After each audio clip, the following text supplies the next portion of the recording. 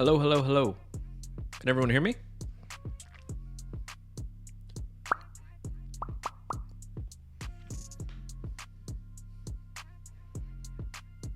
I need to turn my music on because I don't get to hear the streaming music. Loud and clear. What's up, Sean? What's up, Dennis? What's up, Soli? How's everyone doing? Test 1, 2, 3. Oh, I gotta turn my music down a little bit. There we go.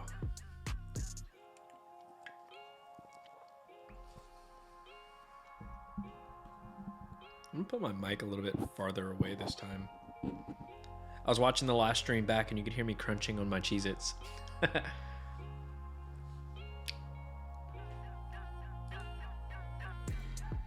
Doing awesome. That's good to hear, Soli. I'm doing pretty good too. How's my week? My week's pretty good. Did a little bit of traveling yesterday. That's why I was out. But this week's been pretty good. Pretty low-key week, I think. How's your week been, Dennis? Learning some Node.js on Linux.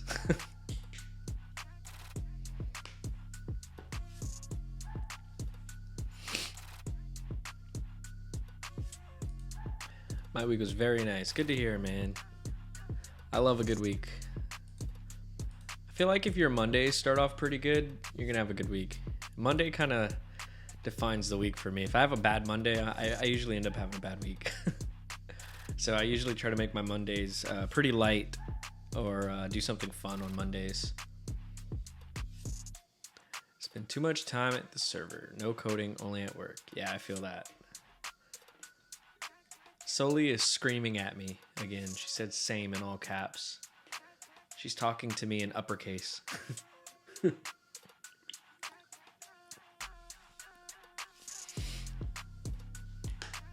What do you guys want to see me build today? So I have a few options. If you guys have something that you specifically want to see me build, we can do that. I do have the random project generator if you want to do that. Or if you caught last week's stream where we built out the Lego random user, we did that in vanilla JavaScript. We could rebuild it in React if you want, which would be fun. Or we could build like a quiz app with React. I actually started building up a quiz app in React a few days ago. It was very complicated, but it was a good primer if we want to do that. I can't guarantee I'll actually complete it on the stream, though. It's a little involved, but yeah, you guys let me know. But before we do start streaming, I'm gonna wait a little bit longer to get the stream started. We'll hang out in here for a bit. But I do want to mention that Sean actually submitted a PR for the Lego employee directory app that we built last week. So he added pagination to it, and I got a chance to take a little peek into the code. I didn't dive too deep into it yet, but it's really, really cool. And that's pretty much exactly what I would like people to do with a lot of these builds that I do. A lot of them are very quickly done because we're doing them on stream, or it might be 100 days of code video. But I'd really love for you guys to, fork them, submit, add your own code, style it up the way you want, and submit some PRs and add more and more features. We could build like a super app, I could start off with the main idea on stream, and you guys can add more things. But as I get PRs for some of these things, we'll go over them live on stream. So we'll check out Sean's PR if he's cool with me doing that on stream. I can go over what he did, take a look at it, see how it functions. Like I said, I just took a quick peek into it. I didn't look at it yet, but super happy. That's pretty cool. I love that. Yeah, definitely cool with that. That's awesome. PR is project review. PR. Do you know what? You don't know what PR stands for? It stands for pull request. So basically, I have my repository where I created the Lego employee directory, and Sean forked it, created his own version of it, and then added his own feature to it, which is like some pagination. It looked like. And then he submits a PR, which is he's submitting a PR to me, which I kind of go over the code, make sure it doesn't break any existing code, make sure it looks good. And if I like the feature, I can approve his pull request. So he's requesting to pull his changes into my repo. Project review, it's almost the same thing. It's almost the same thing.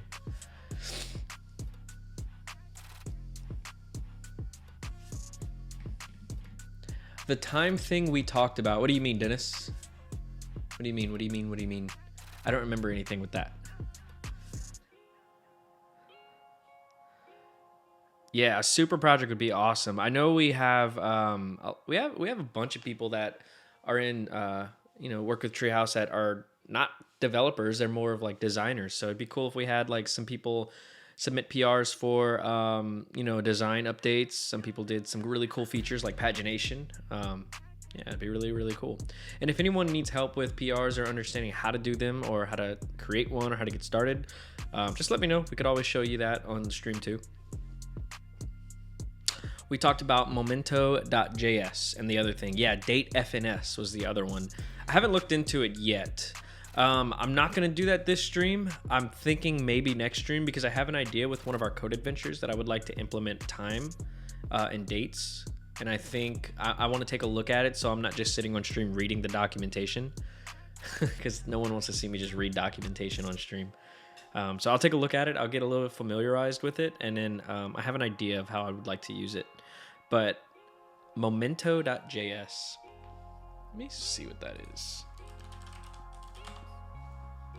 I know Rohald or Brohald really wanted me to use DateFNS. Oh, it's Moment, not Momento. It's Moment. Oh, that's really cool.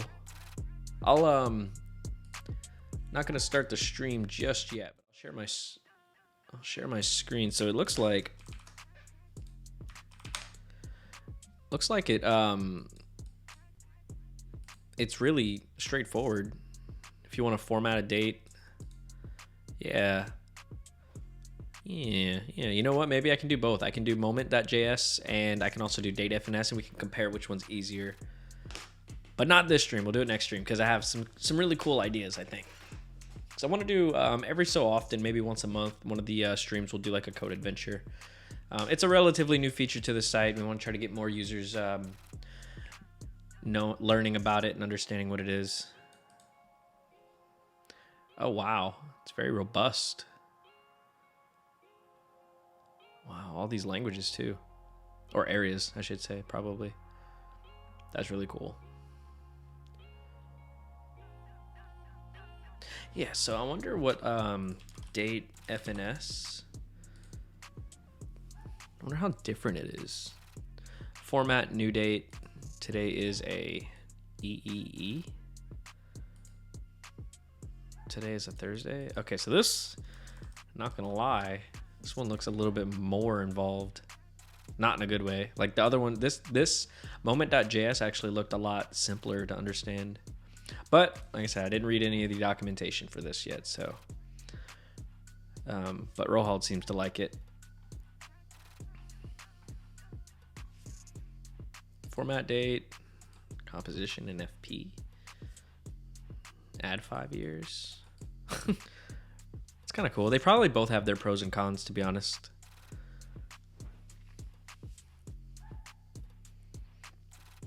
Dustin the doc reader. I don't think so. I'm not good at reading like live on stream. I get nervous. You're going to implement moment.js to my to-do list. It's a good idea. I wanted to do that for my random project generator. So I'm going to pull up the code base for that real quick. I'll show you how I did the dates. Because if we go to my database for that, the random project generator, let's go to the table for projects. I have a created at, which I mean, most databases do that. So it creates this, and I basically take this as a string. And let's see. Where's my code editor? There we go. I want to say it's in the project table. Is it the project table? No, it might actually be in the project itself, because I think per project I handle everything. So this is the GitHub. Hold on. I need to do better at writing comments. Set current project. props. Yeah, maybe it's not in here. Let's just go to project table and take a look. This is our API call. So, oh yeah, so created at. So when I get the when I insert a new project, like when we click on a new project, the created at creates a new date, obviously. And where do I edit that? Looks like I do it right here. So I say ID.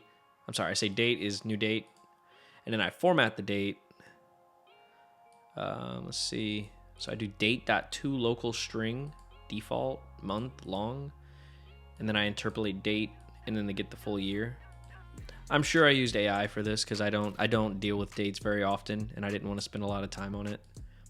But it's pretty simple. But using something like moment.js will probably be a lot simpler. Supabase. After you called it super, like ER, Supabase last week, I've been saying Supabase a lot.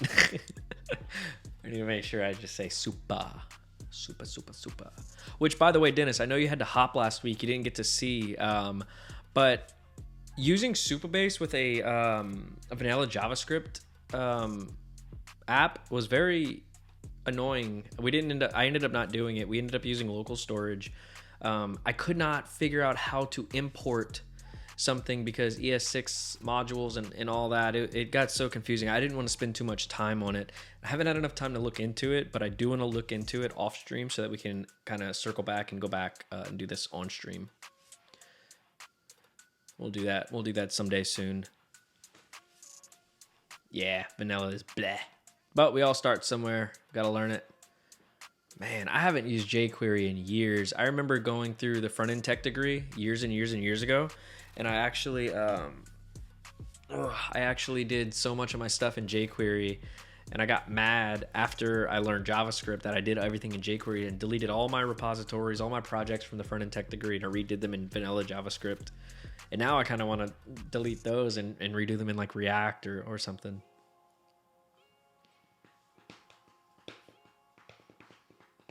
I love jQuery. jQuery, well, I haven't used it in so long, but I remember when I used it, it was just so easy. It was much simpler than just writing vanilla at the time. So what do you guys want to see me do today? Do you guys want to see what we did last week, but do it in React, which was that Lego employee thing? You want to see me build a quiz app? Or do you want to see something from the random project generator? We could do one of those three. Or if you guys have something else specific you want to see me do, you can do that too, if I know how to do it. You want to see it done in React, Dennis? Yeah, like whenever I was learning React, I was like, God, this is so much more time consuming than writing vanilla JavaScript. And now that I'm like really like getting a lot better with React, I'm just sitting here like, oh my gosh, this is so much easier than writing vanilla JavaScript. Like just, I don't know, just it's a lot quicker for me.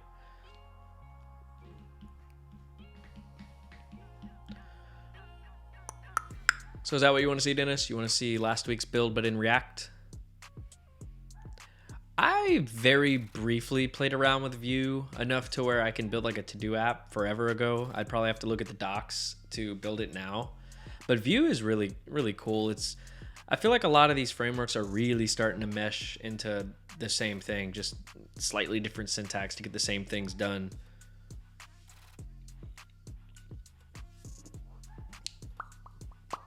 Cool, we can do that. We can do that. But before we do that, let's take a look at what Sean did. So, actually, this is it right here, right at the top of my my little feed. Well, actually, let's go to my repo and look at the submitted PR. Which, by the way, I thought he submitted a very robust PR. So let's take a look at that. Oh, no, not random project generator. We want to go to the employee directory. So I got a pull request up here, and it says add pagination feature. Yeah, Express.js is pretty cool. I really, really want to learn a little bit more about it before I get into React Router. I don't know what else Express really does, but I know like routing and stuff like that is the main thing I want to use it for. Do you guys know if it's okay to put Vaseline? You mean like on cuts? I don't know. I've never done it. I feel like I've heard people have done it before. You want to chat GPT it? Let's see.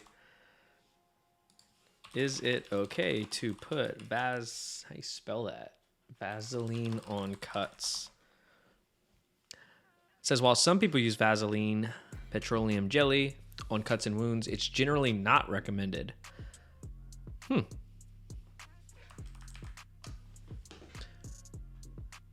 Why is it not recommended? Vaseline is a petroleum-based product that creates a barrier on the skin, which can help lock in moisture. However, there are better options for wound care.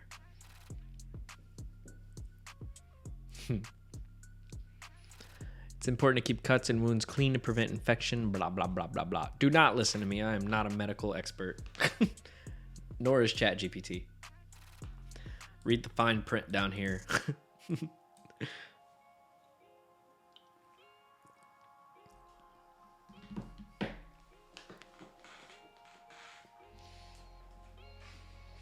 Okay, I won't then. Scissors did a number on the fatty part of my palm. Ooh.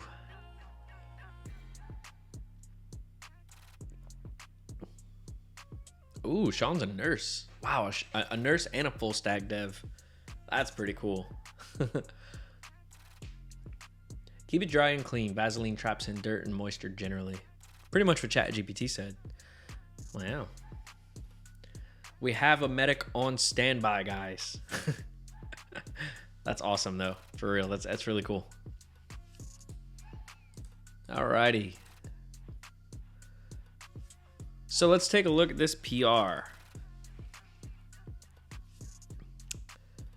I added this is from Sean. This is his submission, his PR submit. I added a pagination feature which shows up to 7 users per page. Showing 8 or more users lengthens the page past the user table size, and the user now has to scroll through the table. If we expand the user table size later, we can easily change the number of users. Hold on, let's make it a little bigger. Shows per page by updating the variable, I guess, that holds the amount of users per page at the top of app.js. That's cool. I like that it's not hard-coded and we can just go change a simple variable to show how many people we want per page. Improvements.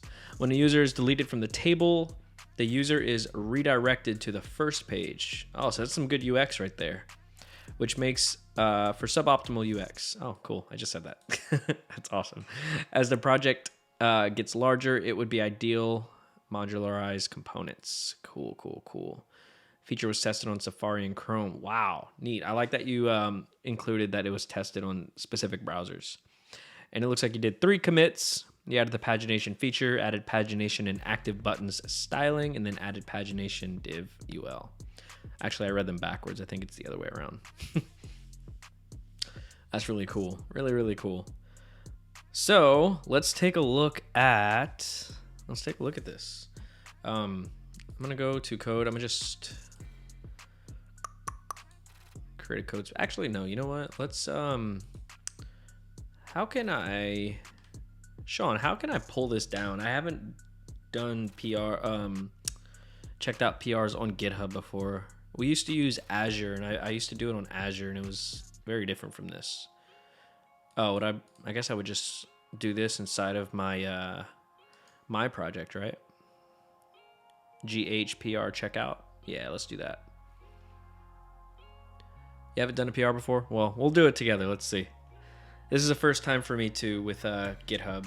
Like I said, I used Azure before, which is it's a lot different than this for sure. Where's employee directory? Let's make sure I open up mine. Actually, this one's yours right here. I downloaded it to my desktop. I'll just open that up. So let's see what this is looking like. Okay, cool. All right, I'm already seeing pagination down here. That's awesome. And it works. That's really, really neat. Okay, so this is working as expected. So you said if we delete one, it'll take us to the first page. Really, really cool. Love that UX. Like that. Sweet. If we add a new user, creates a second page and puts them on there. Adding more users. That's really cool. Oh, that looked like a bug. So if I'm on the second page and I add a user, it looks like it sends me to the first page, but it doesn't, and it doesn't add a user back. So there might be a little bug there. But either way, this is definitely working. Let's see if we can add a third page. All right. And click add. Have to click second again. There we go, third page. Cool, so this is definitely working pretty well. Let's take a look at the code. Let's see what you've done. Let's see what you've done. I actually wonder if I can side by side it with mine. We can do that over on GitHub, I believe. Let's see, where does it show the code? Files changed. There we go. Okay, so at the top of app.js, it looks like you added a couple of variables, pagination buttons, which is a div, or maybe this might be a UL actually of the buttons. We can go check in the HTML.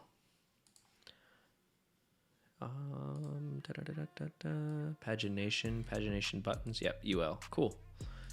And then our numbers per page. So let's test that. Let's see if that actually works. Let's go and change the amount per page. Let's do 3. Let's see if that works. We'll do 3. I'll hit save. Where's the, let's replace it. Okay, cool. So it only shows 3 users per page now, and now we have 5 pages of people. So it's probably taking the numbers per page and dividing it by the amount of users we have, if I had to guess. Let's see. So this is your code.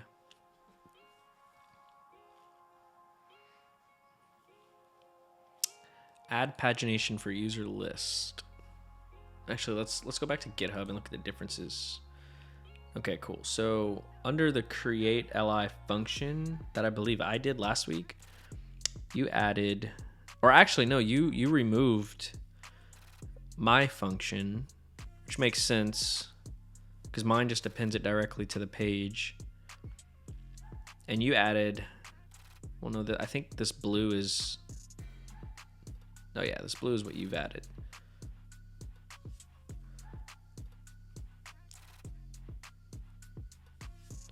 Okay, yeah, so we're taking page, which I thought you'd named it users per page. So this might be in a function, right?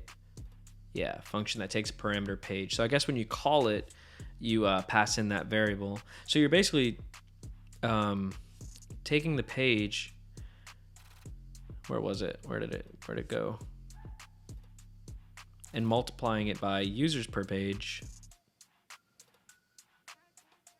This isn't where I was though. Give me a sec.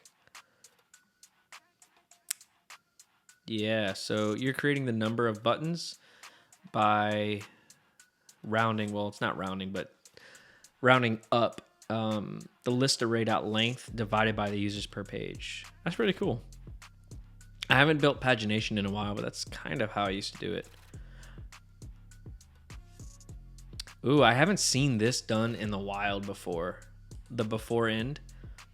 So, or insert adjacent. I always just do append child, but for anyone that doesn't know, like if you're trying to append a child, but you want to put it somewhere else, you don't just want to like append it into a specific element, you can use insert adjacent HTML, which is really cool. And then yeah, before end is also really cool. I haven't seen that in the wild before, but I've known about it. It's really neat. Yeah, this is pretty cool. I'm gonna take a deeper dive into the rest of this PR, maybe at the end of the stream or post stream, and I'll submit some comments because, like I said, I think there's a tiny bug when you're on like a back page and you add a user. It's got some weird behavior, but yeah, we'll take a look at it. This is really neat. Yeah, I really like that you guys are wanting to pull down some of the projects that we've built and add your own features. I wanted to add a pagination feature on stream and we just didn't have time. So this is really cool when you guys get to do this. It's awesome. Yeah. By the way, maybe I'll do this at the beginning of next stream. So after this stream, I'll take a look at it. I'll take a look. I'll make some comments. And whenever I'm ready to actually pull this in, I'll do this on stream so you guys can see like how I approve a PR and like how you can go about submitting comments and things like that. Yeah, pretty cool. Awesome, Sean. Love it. Love it, love it, love it. I actually, we have a grading tool that we use at Treehouse that I built for grading projects informally in Slack. And Rohald wanted to make a quick edit to the code base, and I submitted it. And I approved it without really looking at the code because I trust Brohald. He's generally accurate, generally. But I thought I would get an achievement. There's like a blind achievement that you can get on GitHub if you don't look at the code and you just approve something. But I never got it. I never got it. I believe my buddy Brandon has that achievement. Where is it? Yeah, it's the YOLO. You want it, you merge it. I think that's it. Yeah, merged without review. I don't know. I want this badge. Oh, you didn't get it either, Old? That sucks. I'm gonna have to get Brandon to tell me how he got this. I want this YOLO badge.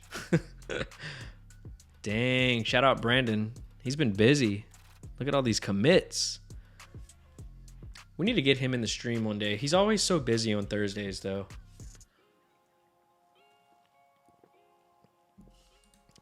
How's my commit graph looking? I started to fall off a little bit. I started the year off kind of strong, though.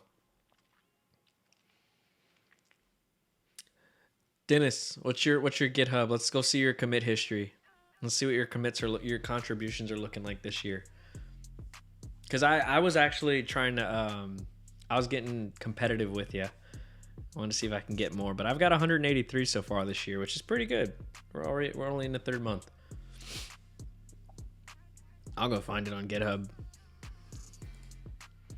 I mean, not GitHub, Discord. Here we are. Let's see those contributions. Oh, Dennis. Wait, no, this isn't the account. No, you have another account, don't you? Rohald, you haven't pushed anything to GitHub recently? Shame. There's no way this is your only account, Dennis, because you had some crazy contributions already this year.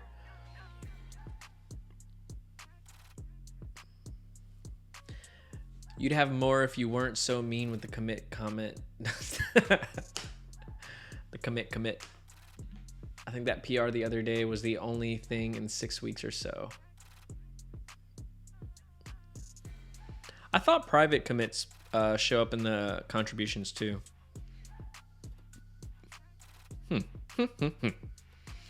Oh well. Am I following you? Let's make sure I'm following you. There we go. Follow. All right, so you guys want to see what we built last week but done in React? If so, that's what I think we'll do. That's what I think we'll knock out today. So let's create a PR. Let's create a repo. Dustin on his way. All right. Lego employee direct. Let's just say React. Lego employee React. Lego employee directory built with React. And we'll add all the same features. If we're able to create it really quickly because we're using React, I'll even try to implement some sort of pagination. I don't think I've done pagination with React yet. I think that'd be really fun to kind of figure out too. So we'll see. Let's create this repo.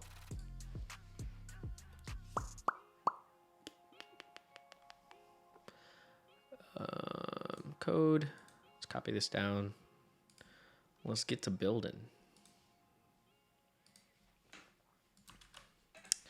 CD documents / code, git clone, paste in our, actually no. Yeah. Paste in our repo. Let's do npm create vite at latest. Ignore. I'm gonna go React, JavaScript, npm install. Do we want to use Tailwind? It's pretty simple. Let's not use Tailwind. Let's just write our own styles. Or you know what? Yeah, I don't want to write too many styles. I always forget how to set up React. I mean, Tailwind. I always use like Flowbytes setup. We'll just use that real fast.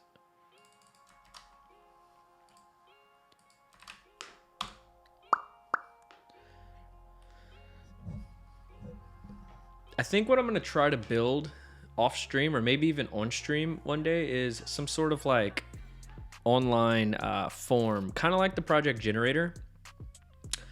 But I want to have it to where you guys can submit ideas that you want me to build and how you want me to build it. And like whatever's in the backlog when I open up that app, I'll be able to pick and choose what you guys have requested, and I'll choose one and we'll do it. We'll do it on stream. That way we don't really have to ever guess. And maybe I'll even create like a random generate button for you guys if you guys don't know and you guys want to just see something random too. So yeah, maybe I can build that on stream someday with y'all, or build it off stream, but you know, maybe just going forward we can use something like that.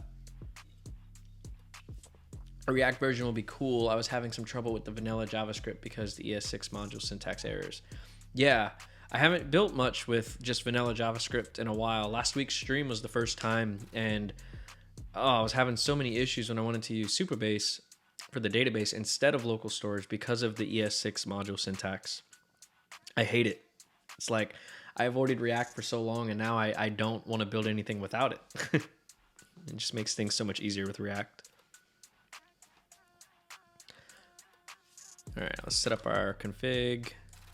Actually, let's code this. Let's get this in the editor first. There we go.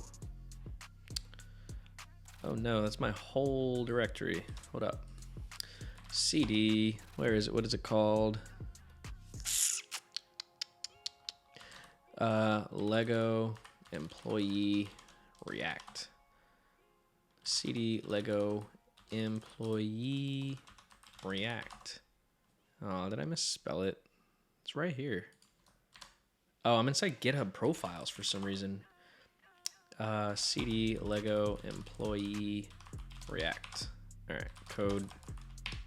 There we go. Oh no, all my I installed the installed React and probably inside my code directory. Great, I'll have to go fix that later. Anyway, let's just restart. npm create vite at latest. Ignore React JavaScript. npm. Let's do the Tailwind stuff. Is this it? No, this is it. Oh, Dustin. I swear I don't make any mistakes when I'm not streaming, by the way. Terminal's awesome, Soli. It is so scary, though. Like, when you first start. I don't know anyone who hasn't thought the terminal was scary when they first start. Yeah, the commands and shortcuts, they can get a little weird. And then I remember finally, like, learning the terminal pretty well. And I use a Mac. I love Mac. And then my first job, they had me working on a Windows, and the commands are slightly different. And I was having such a hard time.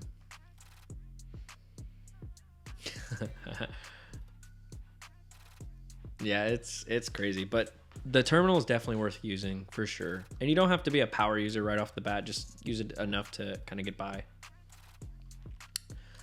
All right, npm install Tailwind, PostCSS, and auto prefixer.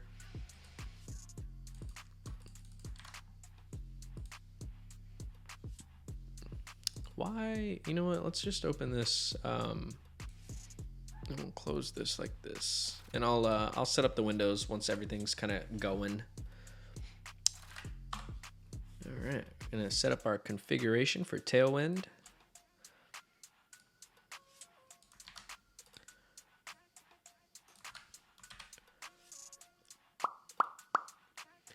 I just used Windows long time for my gaming PC. Yeah, I'm the same way. Like, gaming, Windows is great. Everything else, I'm not a Windows fan. No shade to anyone who likes Windows. I know Windows is actually probably a lot more powerful than Mac, but I just, I can't. I'm not good with that. I like the simplicity of Mac. I like the operating system. I like the aesthetics of it, all of it, you know? All right, let's remove all of our default styles. We'll set up the Tailwind directives. And I don't want to install Flowbyte, so that's it. We got Tailwind ready to go. So let's set up our browsers and editor side by side. What's this behind it? Oh, it's Discord. Let's move Discord over here since I'm not using it.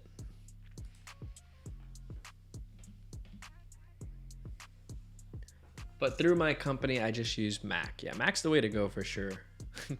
Same for me. I want to build my own PC one day just for gaming because a lot of games on Steam don't support Macs. Yeah, Mac is not really the best for gaming. It's a powerful computer. It's fast, but it's just that's not what Apple is really into. So they don't really gear their products towards it. But yeah, I built my sister. I have a twin sister. I don't know if anyone knew that. I have a twin sister. But she built me a gaming PC a few years back, and I loved it. I gamed a lot, so much that I stopped studying and learning and progressing, and I had to take a break. So like I said in Discord earlier, I got rid of it. I still have it. It's just all boxed up. It's in my closet.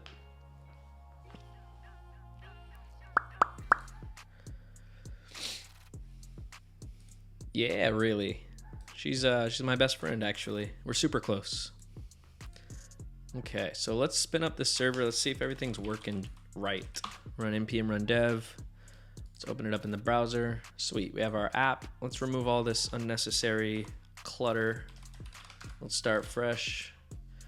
And I can already tell Tailwind's ready to go. All right, so what I'm gonna do actually is I'm gonna open back up Sean's PR, just because it still looks the same as mine, basically.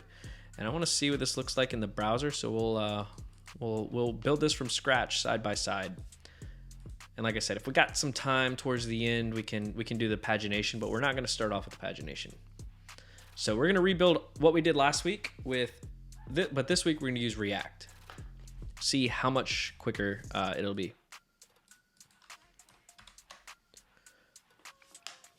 That's the best part, yeah.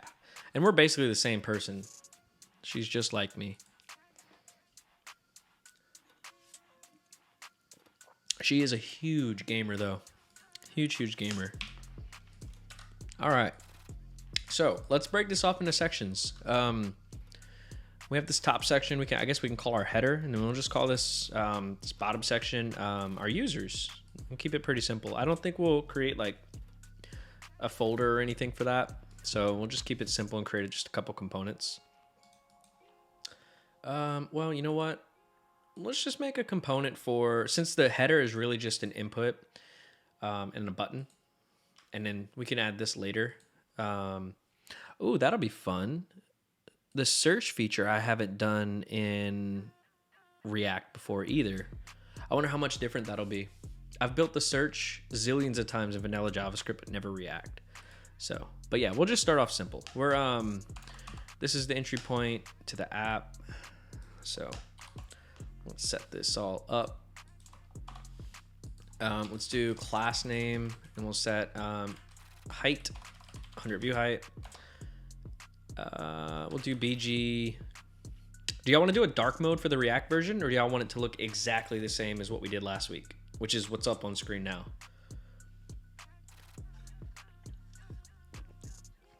I think the dark mode version would be kind of cool, but you guys let me know. You want to see a darker version for today? All right, we'll do dark. So the background, we can do like a dark color. Uh-oh.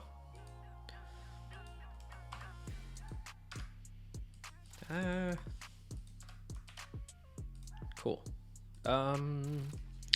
So I'm probably just want text. We can do like gray to 100 for everything, +1 in the dark mode. I know Rohald loves his dark mode. I'm the same way. I'm not going to create like a light and dark mode version, just a simple dark mode. We're not going to do nothing too crazy. I don't think I can stream for 6 hours today like we normally do. All right. Let's write test. Just see if this is working. Okay, yeah, it is. So this header section here, or actually this entire thing, let's just give it some padding. Do like padding 5. And I think we're just gonna have a form here. Well, this isn't a form.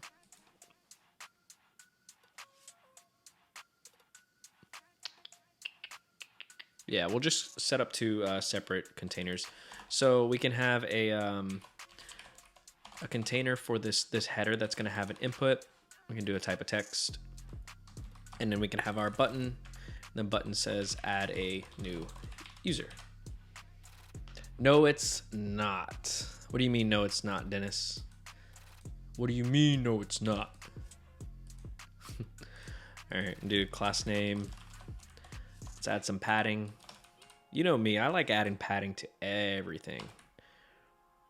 Yeah, it's not a form. It looks like a form. This is some pretty bad UX, I'm not gonna lie. It looks like you could type something in here and then you hit enter. Oh, hey, that actually brings me, not to say the code sucks or anything, but I wonder if we can search. So if I do Erica Murphy, see, it's only returning 1 person, but we still have all these page numbers. And that's something. Oh, and it actually goes back to being able to paginate the full user list while we have a search in place. So this is an issue I've had a while back, actually in project 8 in the front end tech degree. If you go for exceeds with the employee directory, this is part of it, being able to search for a user and it updates the amount of users in the page so that the pagination reflects it. So that'll be fun. That'll be fun to figure out. But we'll save that for next stream when we go over the PR. So yeah, I'm actually gonna just put these on separate lines since this is not a form and this does look very form-like.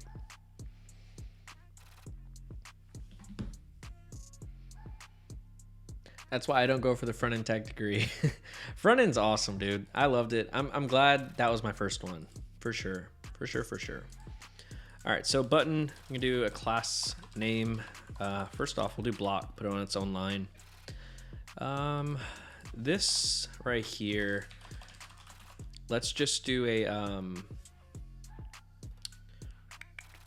actually, let's put it on the entire app container. So we can say width full, but we can do a max width.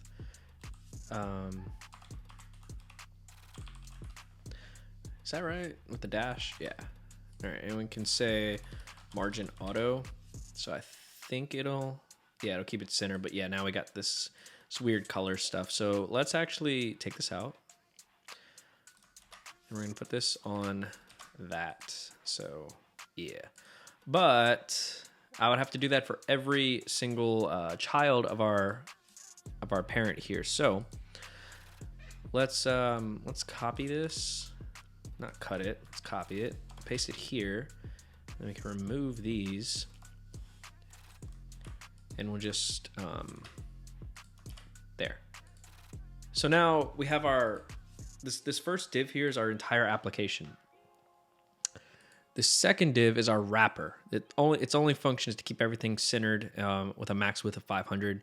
And then we'll have our header that holds our input as well as our button. Now I don't have to apply the width full, the max width of 500 pixels, and the margin auto to every child of our main parent here.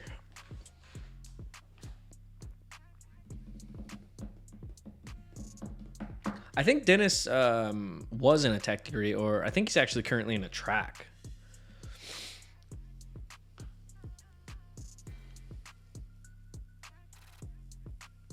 Soli, are you in a tech degree or a track?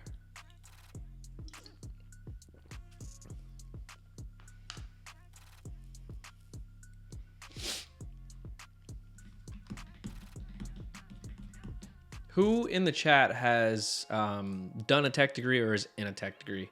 And which tech degree was it? I'd like to know. I would like to know. I think our most popular one is the front end. but I think it could also be a toss-up between front end and full stack. Oh, you did UX already. I think I remember you telling me that. Did you like the UX tech degree? I haven't taken it yet. I've always wanted to. Just haven't had the time. Rohald's in the UX. Hey Rohald, do you guys know if Doris is still like a Treehouse, like active Treehouse?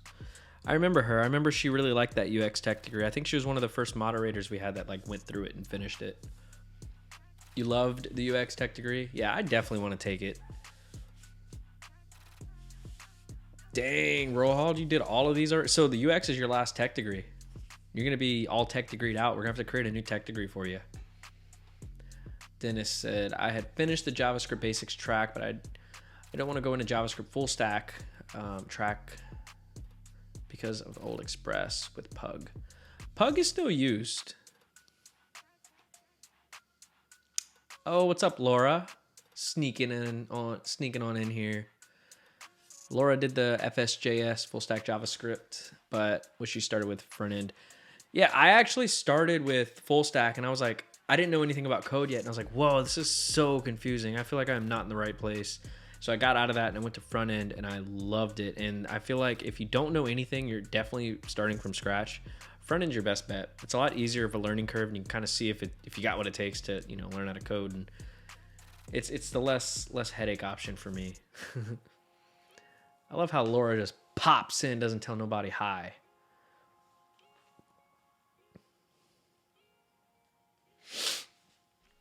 All right, let's get back to this so we can finish this in one stream. I don't remember the colors I used. Let me see if I still have the PR that Sean submitted up. I do. Let's see if I can grab the colors from there. Dang, we wrote CSS.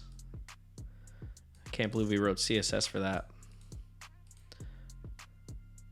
Oh man, it's an RGB. Oh, here we go.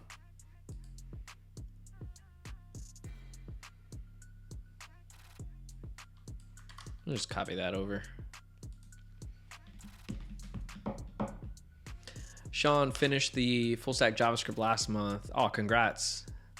But I haven't started another tech degree. I rebuilt my portfolio site with Next.js Tailwind last week. Oh, that's awesome. I'd love to see it if you want to plug it up. I love looking at portfolios. I need to redo mine. Big time. Definitely want to redo mine. And I'm definitely going to use React and Tailwind for sure. Still working on the design for mine. Maybe once I'm finished and I'm ready to start building, I could do it on stream, show you guys my thought process and my build throughout my portfolio. For the button, we'll do BG. Let's pop in that. There we go. I definitely want it a little lighter. I think that was the hover color. We'll keep it pink. We'll keep everything pink. And we'll do text white. And let's do some padding. Let's do padding X. We can do like 3, and then maybe padding Y we'll do 2. Cool, cool, cool. And we'll do rounded medium. And let's add the same treatment to our input. That didn't do anything to our input. Oh, that did. Took a bit to update. I do want to, let's do a width of full for both the input as well as the button. I think having these on their separate lines will at least look a little bit better than side by side, because they are separate, but they still look like you could type in something and add a new user. So maybe we can add a little bit of text that says something different. Brian in the house. Where's Brian? Yo, Brian. What's up, Brian? Next.js is great so far. It translates easily from React, and the routing is super easy to implement. Yeah, I heard the routing is like built in. Once I get a really, really good understanding of React, like next up on my list is Next.js for sure. I've heard so much about it and I want to learn it. I know it comes with a lot of like SEO benefits too, that React just does not have out of the box. So definitely excited to learn some Next.js here pretty soon. Not much. Came to watch the worst coder ever in action. Aw, that's so nice, Brian. Normally you're just mean to me in DMs. It's crazy that you're mean to me in public. You're getting too comfortable.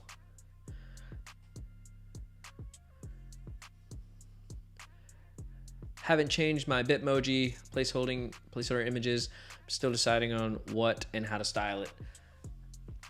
Would you be cool if I clicked on it and showed it up on stream, or no? It's okay if you don't want to. I'd love to see it though.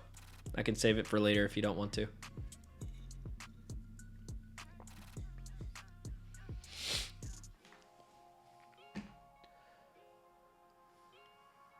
Yeah, I'm cool with that. Brian, you missed the intro. So Sean actually submitted a PR for what we built last week and added pagination, and it like 95% works. There's just a couple little hiccup bugs that we found that I might take a look at off stream, and then next stream I'll add some comments and show how to like approve his PR and whatnot. But it's really, really cool. Really cool. I'm really happy people are wanting to add some stuff. All right, so let's take a look at this portfolio. All right, I'm instantly in love with the color scheme for sure. I bet Brian loves this color stream. Wait, what is the word I'm even thinking of? Color scheme too. Brian loves blue. Yeah, I knew Brian would like it. Dude, I love blue. This is very, very nice. This is cool, man. And it's so simple and to the point. It's what you want. I know a lot of people try to add so much extra stuff, but if your future employer is looking at this and they have to find your projects or your contact buttons, and it's not just up here readily available, you probably lost the battle instantly. I like that you can just click on projects straight to contact. Yeah, I like this. This is nice. And you said this is in Next.js? I like this. Like this a lot. Even have a view CV. That's great. I really like the Bitmojis. A lot of people like putting like personal images on there, and I don't hate it, but I don't know. I've always been a fan of like an animated version of yourself, like a Bitmoji or an emoji or the Apple emojis, whatever. And I really like this typing effect. I think I had something similar on my one of my iterations of my portfolio too. Oh, sweet. You got little sections here for skills, education, and experience. Live demos of projects, A+, and the code. Yeah, this is like a 10 out of 10 portfolio. Not going to lie. But the real test. How's it look on mobile? What? It's mobile friendly. And we got a hamburger menu. Nice. Yeah, dude, I love this. It's a great portfolio. I know, it makes me want to work on my portfolio again, too. Rolled right. No, not the mobile. No! What do you mean, no, not the mobile? It looks great on mobile. Works perfectly. It's awesome. Man, I'm loving this color scheme. A lot.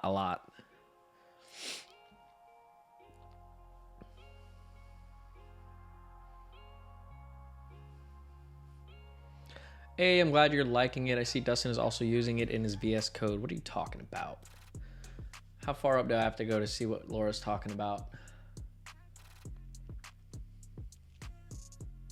Oh, yeah, the power mode extension. Yeah, I rarely find an extension that I super like and keep. This is one of them I'm never uninstalling it. I love it. It's just the right amount of oomph I need while I'm coding to keep me entertained.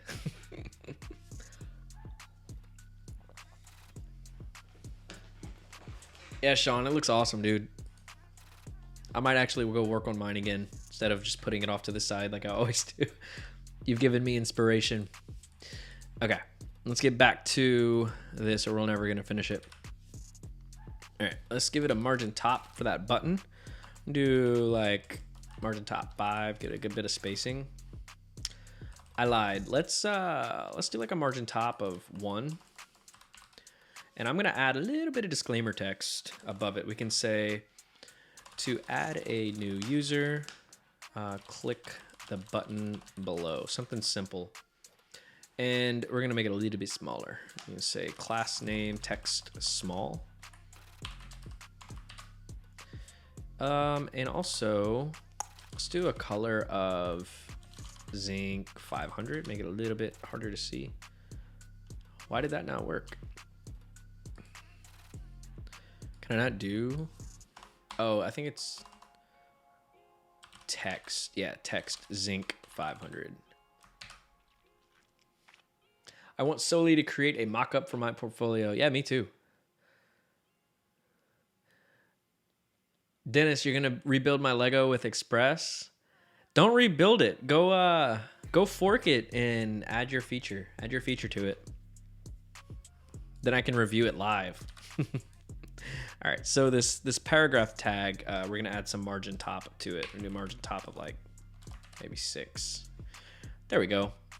And then I want placeholder for this input. Placeholder is gonna be search users. There we go. So this looks a little bit better. Already the UX seems to be a little bit better because now we know that this is just a search, and this is something, this button here is just something totally different.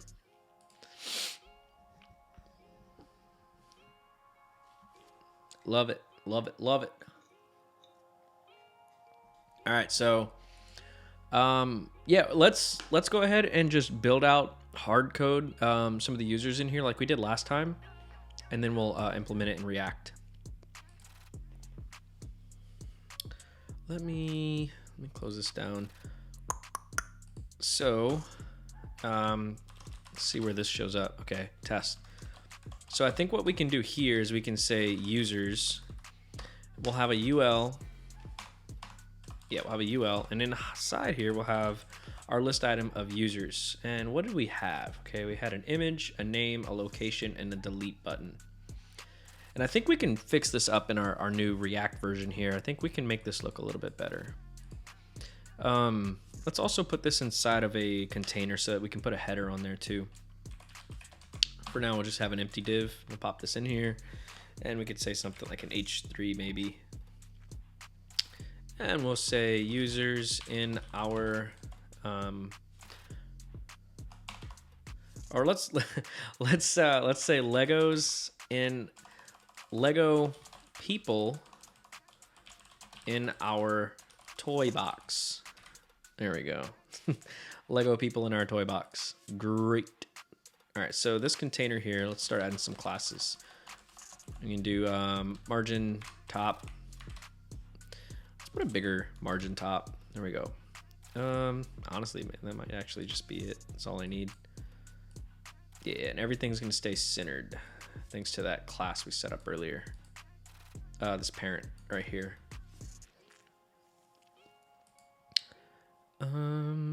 So the UL, let's set it up with some padding. We can do like padding 5, and we'll do a background zinc. What are we doing for the BG? 800? So let's do something a little bit lighter, just so it's barely visible, but it's kind of visible, you know?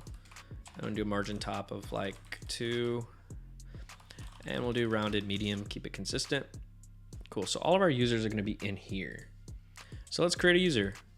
Like we said, we had an image, a name, location, and a delete button. So we'll have our image here. Hey, who in the chat remembers the URL to like a placeholder image? I'll throw one in there for the time being. And while y'all help me out with that. Yeah, I think the dark mode looks pretty cool. Pretty neat. Pretty neat. I think it does look a lot better. Dark mode looks better. Usually, always, all the time. Oh no, I'm out of energy, y'all. I'm out of energy drink. Might start falling asleep on stream. All right, so let's create a container here. Slate over zinc. I don't know. I used slate when I first started. I don't know. Let's replace all the zinc with slate. Okay. And let's see. And you guys let me know. All right, everyone look at the UI before I hit save. This is with zinc. I'm gonna hit save, and this is with slate. I think it's just too blue for me.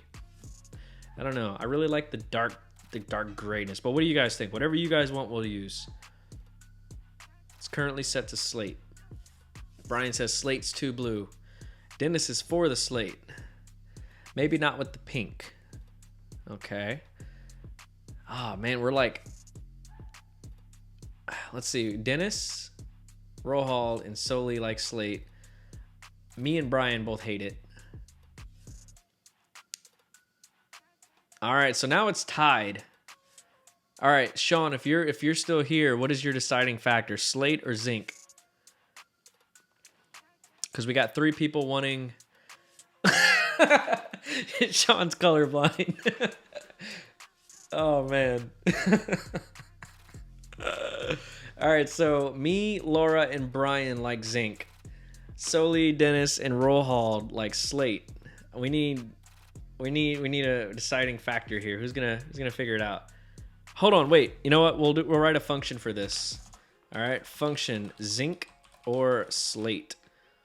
All right, const choices equals. We'll do slate. We'll do zinc, and we'll say console.log math.floor. Yeah, math.floor. Math.random times choices.length. This is gonna give our random index, and we're gonna console.log choices at that random index, right? Can I just call the function? Is that gonna work? All right, we'll see what's in the console. There's an error in the console. Oh no, it worked. Oh wait, it says both slate and zinc. Which one do we listen to? Slate. Oh man. All right, we'll go with slate, but Rohald, you got to give me a different color than pink for the primary color. That works better. Give me a hex value while I work on the rest of this UI. Let me grab that placeholder that you guys sent me. Sean with the placeholder. Shout out Sean. See if it worked. It does work. Let's go. I'm gonna do class name. Oh, let me scroll down the chat again.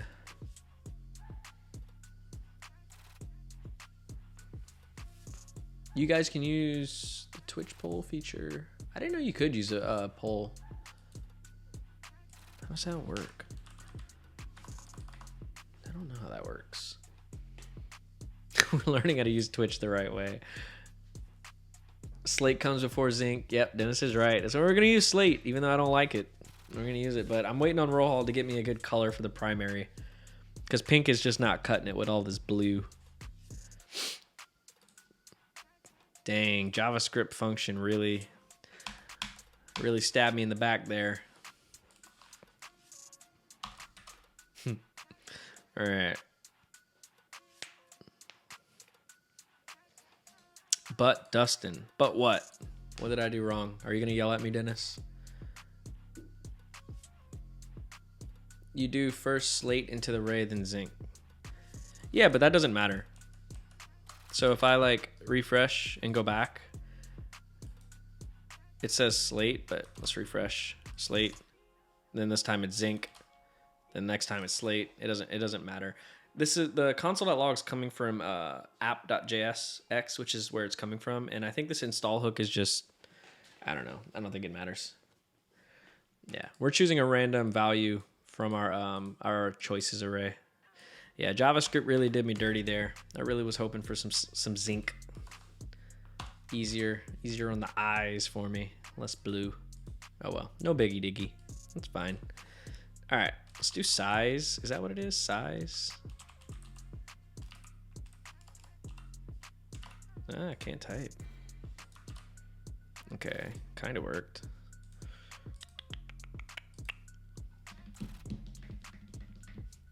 My life is blue. I haven't heard that song in forever.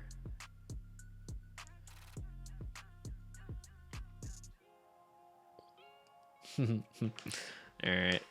Let's make the image a little bit bigger though. Let's also change it and make this 500 by 5. Well, why? Yeah, we'll do 500 by 500, but we'll also like hard code it in here because later on we're gonna actually need to. Let's do like 100 pixels. Way too big. Let's do 50. No, way too small. Let's do 75. Let's do 60. Perfect. Pineapple on pizza. Ugh. Whoever likes pineapple on pizza, I'm not gonna judge you, but I'm gonna judge you. I don't like it. All right. After our image, let's just create like a container kind of for our two paragraph tags. First one's gonna be the name, and then the next one's gonna be their location. And then at the end of the list item, we're gonna have a button, delete button. So this is what it looks like unstyled. We'll figure it out. Roll halt, I'm still waiting on that hex value. I can't be looking at this pink for too much longer. I'll give you 10 minutes. If I don't get a hex value in 10 minutes, we're going back to zinc.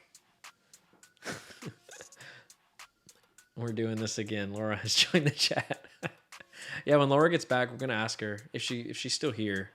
She'll answer, but if she's gone, we're gonna ask her when she comes back. All right, so this list item, let's give it a class name. We'll do flex, and that should kind of initially fix everything. We can let's do a gap of 2. It's fine. Let's not do a gap because we're not really gonna need it except for a little bit of margin on the image, which we can just apply. You're gonna get me a hex. Get me a hex value for the primary that's not pink. That's gonna look a little bit better with this this blue UI that you guys seem to want. I don't mind it. I just think it's very tailwindy. Actually, if we keep the pink going on with this blue, it looks very tailwindy, which I'm not against. Now that I'm thinking about it as tailwind. But anyway, let's do align items, or what is it? Align center? Yeah, no, I don't think that is it. I always forget the align items center. Is that it? Nope. I think it's place items center. Place items center. Yeah, that's it. Cool. Now everything's kind of centered. Since we're using flex, we can give the button a class of margin left auto, and it should push it all the way over. Awesome. Sweet. I mean, we could do justify content start, but it's already justify content start. That's the default. I was aligning the item center. If you don't align the item center, let me show you what it looks like. I don't know if you noticed, but the names kind of went up. It doesn't keep it all centered. Was it vertically? No, horizontally. Here you go, Dustin. All right, I'm trusting this color, okay? I'm trusting this color here. Let's see what we got. Oh, it looks more pink. It's more pink. It's too pink for me. We're gonna keep it though till we get something better. Actually, I'm gonna use some of the blue inspo that Sean gave me. I like that. There we go. Okay, cool. So look, the vanilla JavaScript version is gonna be pink and white. We're gonna have a dark mode with blue. How's that? Do you guys like the blue? I know Brian probably likes the blue. Blue looks nice. I like blue. Soli really just did me dirty. She said, she said you don't like pink. Here's even more pink. Where's the contrast, Dustin? There's a lot of contrast in here. What are you talking about? The pink was so perfect. It's too pink. I wanted something different from pink. Something that matches the blue of the slate that we're using for the rest of the UI.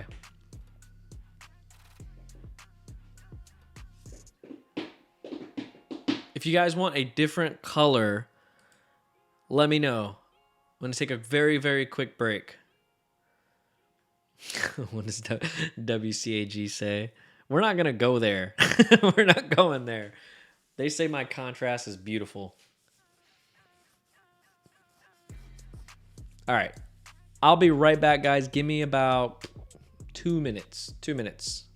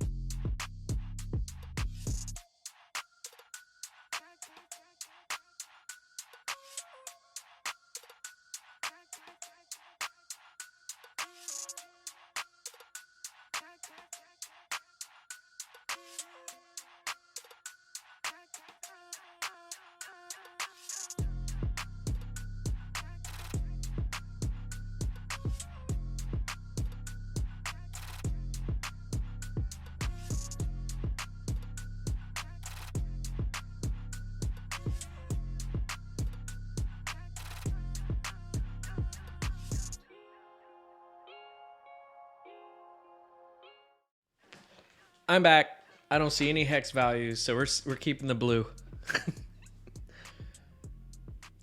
Dennis says I can give you. Oh wow, she's fast. All right, let's see. Let's see what this is. Green. This looks like booger green. Let's see. You know what? You know what? We're gonna keep it. It passes. Hey, that's the smart thing. So, you guys like the green? We'll keep the green if you guys like the green. Number 1. All right, we're keeping the green. Not a bad color. Not too bad. I'm gonna tweak it slightly. Add a little bit more bluish to it. Make it like a treehouse green. Nah, the contrast is bad. Let's just go with what Soli wants. What Soli wants, Soli gets. Nope. If you really like the blue, go with the blue. Nope, we're going with what Soli wants. Soli wants green, we get green. All right, let's get back to zip code so we can finish this up. Where was I? Yeah, so we need to go back and do our place items center. And for the image, I'm gonna do like a margin right of 1, or I'm sorry, 4. Yeah, that looks good. The queen has spoken. Yeah, that green's not too bad. It's cool. It's cool. I do want our image to be round, so I'm gonna do rounded full. I think it is. Yeah, but it's not working. Oh, it's because I did it on the list item. Hold on. I got to do this on the image. There we go. And now for the location, I want to do something a little different. So let's do class name, and we'll do text slate, since you guys wanted slate. 400. Make it a little less opaque, really. Or 500. Yeah, 5. No, let's do 400. You can see it better. And we'll do text small. So we'll have our first name and last name, and then we'll have our location a little bit smaller, a little bit less oomph, you know? And then we're gonna have our button, our delete button, and we're gonna use that beautiful green. That beautiful green. I'm gonna say BG. Oh wait. There we go.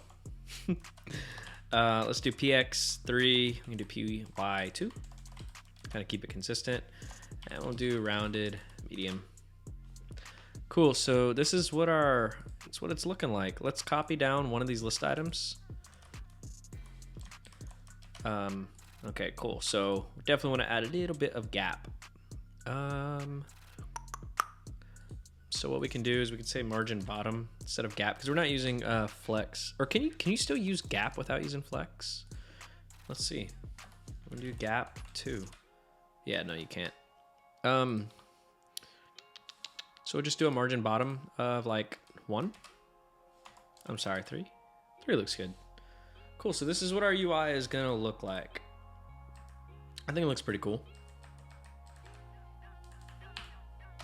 So now that we have that, let's actually write some logic and get some stuff from the random user API again.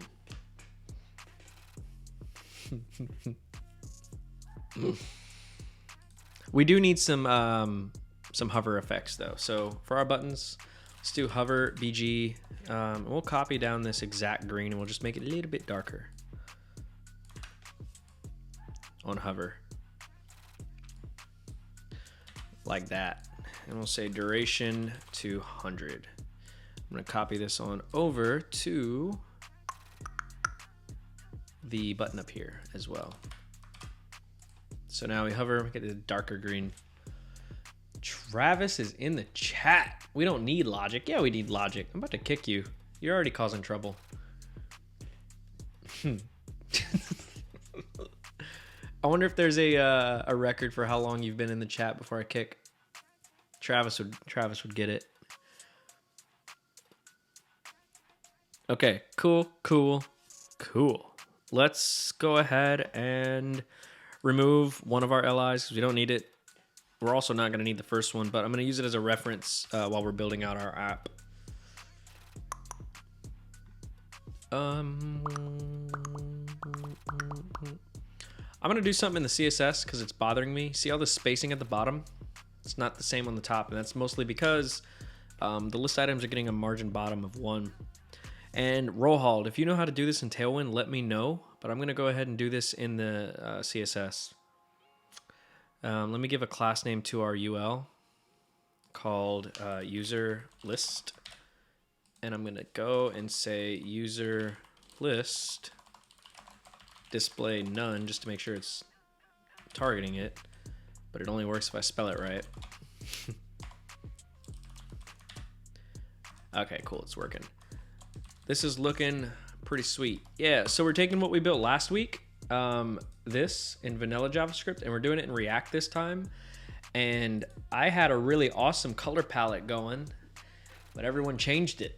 Everyone wanted slate, so we're using this slate color scheme, the bluish, and Soli likes this green, so we're using the green. All right. So user list, we're not using SCSS, so I'm gonna have to target the list item, last of type, and we're gonna say margin bottom 0. There we go. So now the last item will not have any margin bottom. But if we go ahead and we add back in another list item, it should still have the margin bottom on the first one. Yeah, cool. Works. Yeah, like I said, if there's a way to do that in Tailwind specifically, let me know. Streamer has no choice. You're right. I have no choice with anything. You guys run the stream. I hope you guys know that. I always build what you guys want to build, and I use what you guys want to see. So you guys have full control over the stream. I just do the things. I'm the puppet. You guys are the puppet master.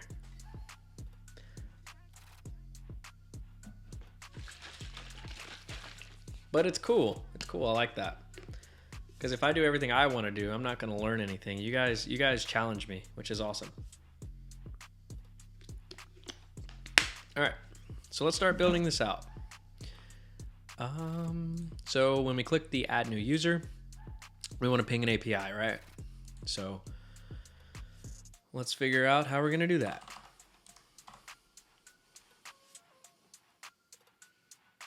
Do we get a cut when the subs and bits start rolling in? Sure, I don't even know how to do any of that stuff anyway. I believe it's the last of type, right? Yeah, that's what I used. Is there docs for this? How do we use this?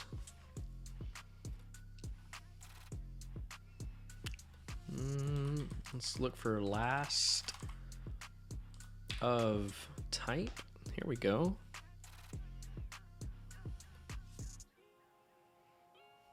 Is this the class name? Like an and sign?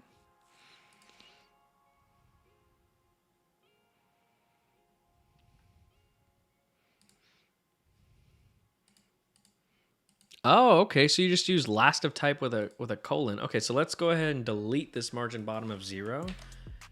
Let's add in our second list item again. And let's see if that works. If it's that simple, that's awesome. I thought it was a lot more involved and I didn't want to have to go through the docs. Okay. So they're all getting a margin bottom. So there's a lot more bottom spacing down here, and I want to remove that. So what we can say is, well, we can actually remove this second list item. We won't need it because we'll still be able to see all this extra spacing down here. So let's see, where's the list item? Right here. So we can say last of type, margin bottom 0. Wow, dude, that's awesome. That's so simple. I thought it was a lot more involved than that. Cool. Yeah, it's ideal to not ever have to write any CSS if you're gonna use Tailwind, right? Right. That's really cool. Thanks, Roald. I'm sorry, not Roald, Travis. I'm so used to Roald helping me out. No, it's Travis. So we got to give credit where credit's due. Maybe add another just to be positive. Yeah, let's go for it.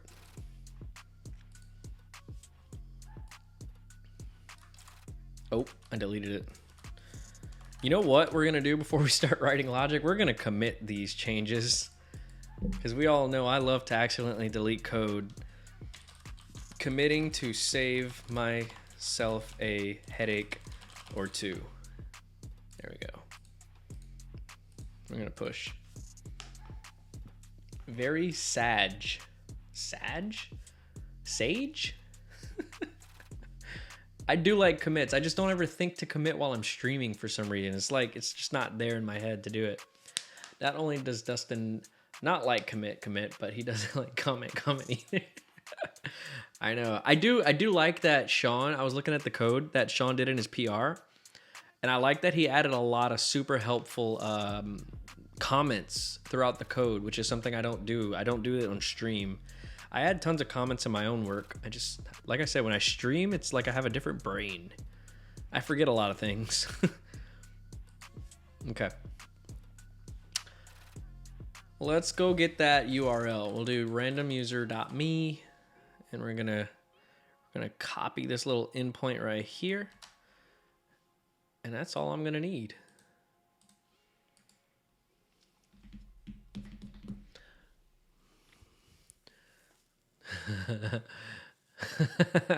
All the Treehouse staff says commit. Dustin, which comments? True. But also, I think mentally, I feel like these little stream builds are small, quick builds, and typically small builds, I don't commit every single thing that I do, every feature, but I probably should, because it is best practice. You know. Okay, so I do know we're gonna need to install Axios, so let's go ahead and do that now. npm I Axios, and let's go ahead and import it too, because we need it. Import Axios from Axios. Or restart the server just in case. Cool. It's all working as far as I know.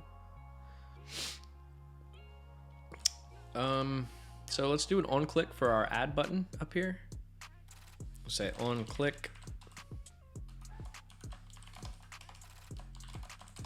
And we'll say add new user. And we're gonna create this function add new user. For now, we'll just alert Dennis is the man. Hit save, click it. Cool, Dennis is the man. Awesome, so it's all wired up, hitting out, doing what we need it to do. Let's make this an async function. Sweet. I'll say const res equals Axios. Actually, no, const data equals Axios.get. Here's the URL. We're gonna do, what is it? Question mark Lego, or is it and Lego? I forget what how you get the Lego parameter. Let's see. Let's go to my repos and see what we did last week.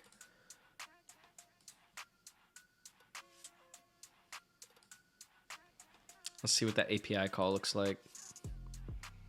Question mark Lego. There we go. Question mark Lego. There we go. Const response equals await. Yeah, I also need to add await here. And yeah, I'll just put this as res. Cool. So let's console.log res and see if we get back anything, which I think we should. This looks like a super old application because of the colors. I don't see that green anywhere anymore. All right, cool. So we click it and we get some data, which is what we want. It's exactly what we want. This data is what's going to build our UI. Man, I really got to use Axios. It looks so much easier than Fetch. Dude, I was so hooked on Fetch for the longest time until I finally used Axios. It's just so much easier. I feel like it's just less writing. It does the same thing. It's just a lot less writing. Super simple.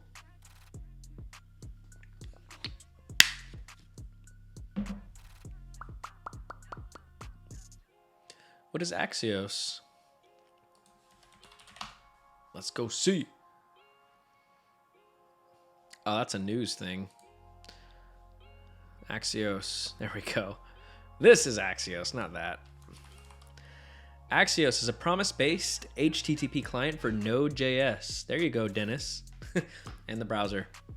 It is isomorphic, meaning it can run in the browser and Node.js with the same code base. On the server side, it uses native Node.js HTTP module, while on the client browser, it uses the XML HTTP requests. Yeah, it's pretty cool. It's how I make API calls, the easy way. As Sean said, it's a lot easier. I knew I'd get you whenever I read the Node.js part. Okay, cool. So res now holds our data. So what do we want? We want data dot data. Actually, we want res dot data dot results, which is an array. So we want res dot data dot results in the first index, and then we're gonna get all these goodies right here, right? So let's put these in variables. We can say let name equal. Let's interpolate it, because I do believe the first and last name are name. It's in the name property here. I take it back. Let's make this even simpler. We can say let data equal res dot data dot, what was it? Results at the first index. So let's console.log data and see if it just gives us back that data. Cool, it does. So from here, let's set up some variables. We'll need our name. We'll need our location. We'll need our image. And I think that's it. Yeah, I think that's it. So we'll say name equals, we'll interpolate data dot name, and I think it was first. So data, first. And then we're gonna, well, that's not interpolating correctly. Hold on. There we go. Put a space and we'll do it again, and we'll just say data.name.last. And this name variable should hold the first and last name now. Does Axios replace Ajax? I do believe it does. It does all the same things with way less code. I have not used Ajax, even when I learned it through Treehouse, because we teach it because it's the fundamentals of making an API call. Fetch is recommended, but Axios I think is just more new. I don't think we teach Axios, but it's very straightforward. As you can see, you just you make it axios.get, and you supply the endpoint, and you can also same thing, put a comma here and set an object up for headers and anything like that you want. If you want to see more of a if you want to see more of an intricate version of using Axios with headers, take a look at this. So this is my random project generator where I ping ChatGPT. So I do await axios.post, because as per the docs, you need to make a post request. Here's my endpoint. And then here are all the options that I want to send with my request. Setting the max tokens, the model that I want to use, the format, the messages. And then you can also send in the headers, which for OpenAI, you have to send an authorization, which is basically your API key. But it's very, very straightforward. It's super easy to work with Axios. Way, way, way, way less code than writing Ajax calls. But yeah. Hope that helps. All right. So for location, I think it's just data.location. Let me see. Okay, no, location's an object, and we want to do the city and the state like last time. So let's interpolate this as well. We can write some backticks, and we can say data.location.city, comma, and then we can do data.location.state. And now we have our location. Let's move the image up to here, since that's how it will look in the UI. And I believe that's an object as well. What is it called? Picture. It's called picture. So it will do data.picture.thumbnail. Let's do that. Data.picture.thumbnail. thumbnail, and that'll be our image source.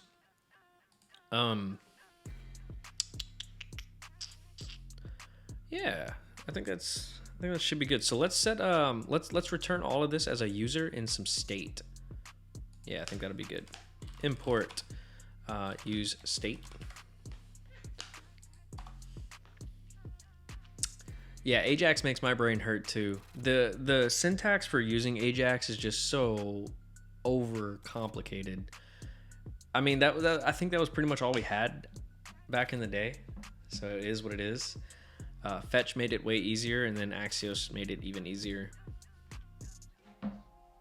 But I use fetch. I use fetch whenever I'm using like vanilla JavaScript, and I'll use like Ajax. No, whoa, not Ajax. I use Axios when I'm using React. All right, we don't need a console.log data anymore, so let's remove that. And inside state, let's set this up. We'll say const users. Users, and we'll do set new. All right, we'll say set users equals, and we'll do an array. Okay, so we'll make this function call, and I think what we can do here is we can say set users, and we want to spread what's already in our users array, and then we want to add an object. So each user is going to be an object. We're going to have a name. Actually, we're going to have an image property. It's going to have our image. Then we'll have a name property. It's going to have our name, and we'll have a location property. It's going to have our location. I think this is going to work, but there's only one way to find out. It don't look like it worked. Oh, I have to say it's equal to use state. Okay, that should fix it. Oops. All right, so if we go to our components, we can take a look at our state as it updates. So this is our state right here. And if I click add new user, nothing happened. Did it actually? Oh wait, no, I'm lying. It's right here. Okay, so yeah, it worked. Inside of our state, we now have an image property. Tony Berry is the name, Corporal Springs, Ohio, and I clicked it twice, so we actually have another one here too. Cool, so now that we have our data and it's set up in state, we can loop over that to build out our UI. Oops. Maybe I'll make a GIF of me saying oops, and we could always pop it up on screen whenever I make it oopsies. God, we're gonna pop that up on screen a lot. I'm the king of making oopsies. So I do want to do this a little bit better than just creating a list item for each one. We're gonna take this list item and we're gonna create a component out of it. So let's say user .jsx. Let's do that, and we'll pass in the props that we need for it. So this will return our list item. Let's just actually go copy it. This is our list item here. I'm gonna remove it from here. And this is where we're gonna write our loop a little bit later. Loop. So inside of user, let's just go ahead and paste in our list item, because this is what we're gonna return for every single item in our state, right? Right, of course. We're gonna pass in props. So I'm gonna type in props up here, and then for the image, the source is gonna be equal to props.image. So we'll say props.image. The first and last name will be props.name. And we didn't create these props yet, so if you're confused, we're gonna go back and do that. Kind of going ahead of myself here. And then for the location, we'll do props.location.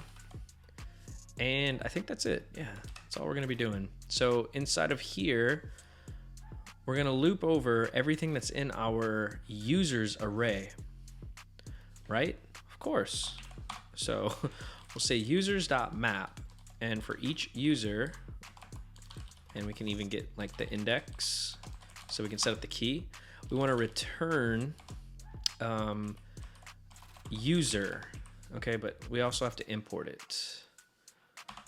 Import user from user. And this is that component that we just made. And we're going to say image is equal to image. We're going to say name is equal to name, and location is equal to location. But we also have to add a key. And we'll say key is equal to our index. Index. And this isn't going to work because we need to use user. So each, we'll do user.image, sorry, and then user.name, and then user.location. So if I hit save, this should work. In theory, this should work, but we know I make mistakes, so. Ha, it worked. Norma Jensen, is there any relation to Brian? Do you know a Norma in Loretto, Oklahoma, Brian? Is that your long lost sister?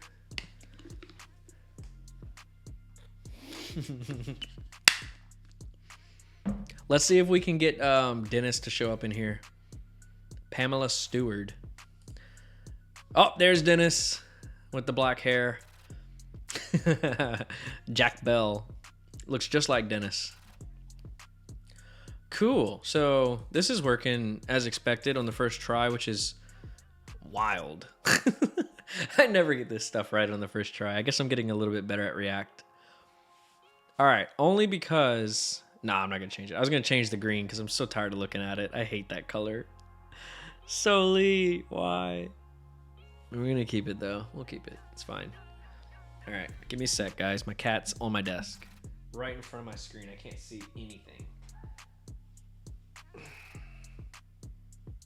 Say hi to Link. Oh, he's sleepy. He wants a nap. Hang out on my chair. It's his favorite spot anyway. I don't know if you guys can see him. He typically will just chill right here all day long while I work.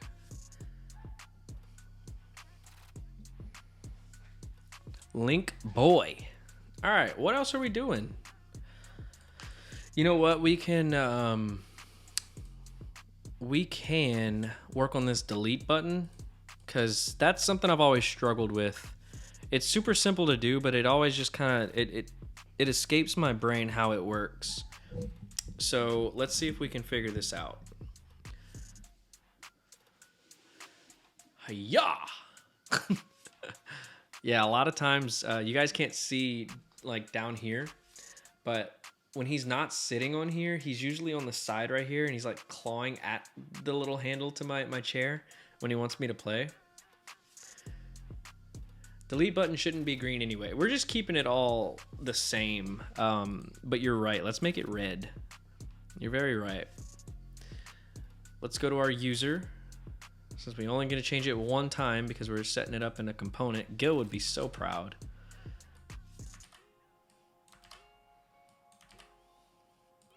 That's very red, but that works, right?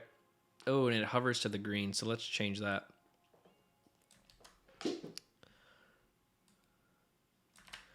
We'll do a little bit darker red.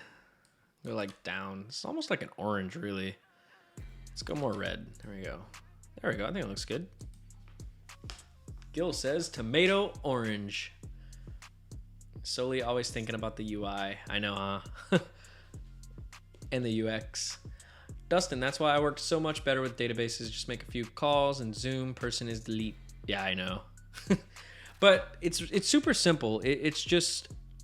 So, Rohal tried to explain this to me last week or the week before, and it makes total sense. It's just my brain's not fully in React mode yet, and I don't know. Oh, also, I wanted to try something. In theory, I feel like this would work too. If we say const and we destructure everything, image, name, and location equals props, and I should just be able to write image here, and I get to remove the little squigglies from prop validation. And I think this should still work the same. Did it? Yeah, it does still work the same. Okay, cool. I like this syntax way better. It still gives me the red squigglies up here, though, but it's a lot better than looking at it through the code.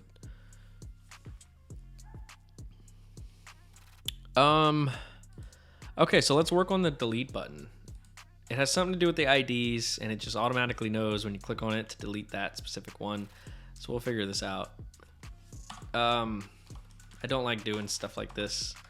Let's say on click equals, and we'll have a function. Delete user.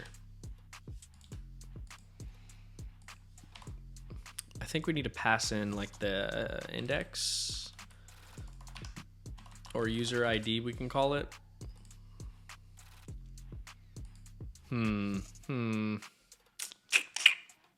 Is Rohald in the chat? I'd like for him to just walk me through it instead of me making a fool of myself again. Or does anybody know how this works? Do you know, Brian or Travis? And I did this 2 streams ago. It's just I haven't done it since, and I already kind of forgot. Do function, delete, user, and then we'll write our logic here. What was the question? So you remember a few streams ago, Rohald tried to kind of walk me through how that index parameter works. When you pass it in, it just knows which item to delete.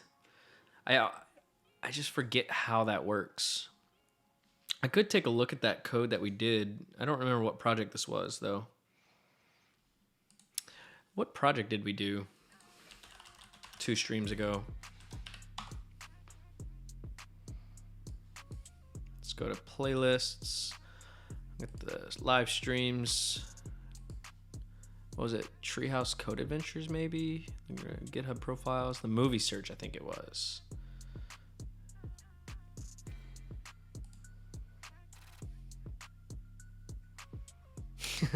Display none.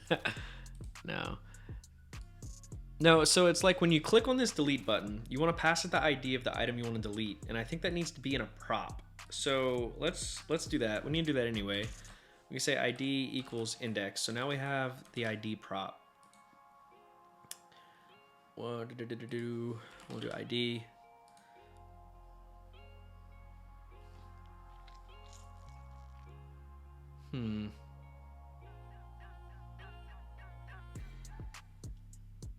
Check your Discord. Is there something in Discord?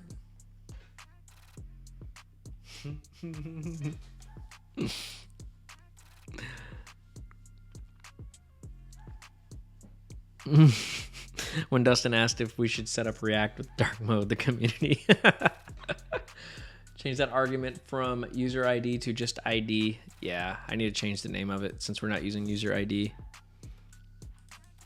But yeah, so when we pass it, actually, you know what? Let's just call it user ID as the param, and let me console.log it and see what we have, and maybe I can like walk myself through it. We'll see, because I mean I've done this like several times now. It's just it still kind of confuses my brain how it actually works. So if I hit delete, so it gives me the index, right? So that's good.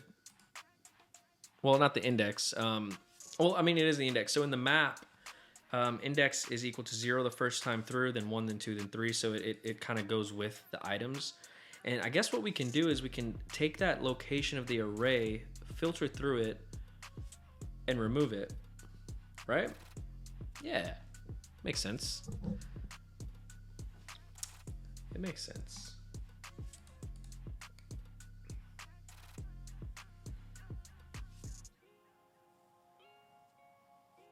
This may be a function for app.jsx. No, or pass your set user's state function to this. Yeah, I'll probably have to.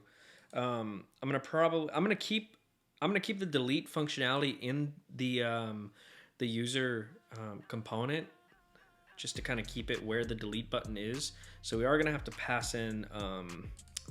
Let's do that now. Where are we gonna be updating the set users? Actually, both. So I'm going to pass in users and set users as props. So let's pass that in here too. Say users equals users and set users equals set users. So now we have access to our state inside the user component. or pass set user state function to the users and as a callback. I think so. Okay, so we have the ID, the location inside of our users array of the item that was clicked when we clicked delete. So we can use that. We can filter that, right? I always forget how filter works. So we can say set users, and we want to say users dot filter. How does filter work again? Let's ask ChatGPT. How does the filter array method work? I always forget the parameters and whatnot with it. So let's see. In JavaScript, the filter method is an array method that creates a new array with all elements passed. Let's just look at the thing. So filter. Oh wow, they're using a callback. I don't want to do all that. Here's a simple it knows I'm dumb. Oh, but it's using a modulus operator, and it's still using the callback. I mean, it's basically the same thing. So each time you loop through the numbers array, num equals a number. Okay, hold on. This is kind of making sense to me. So this is an array method, so it's going to loop over users. So we can say users.filter, and we'll say user, and if user, does user.id not equal our user ID? Okay, so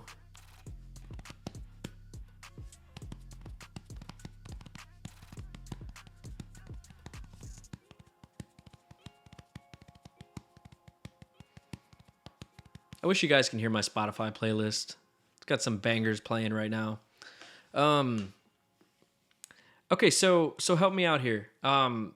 Does this return what we're taking out, what we're filtering, or does it return the array without what we're filtering? Bangers like what? I listen to some pretty heavy music. I got some Fit for a King playing right now. One of my favorite bands.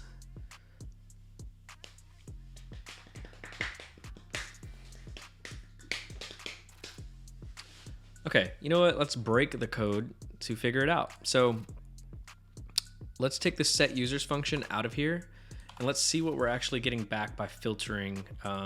We're filtering this, right?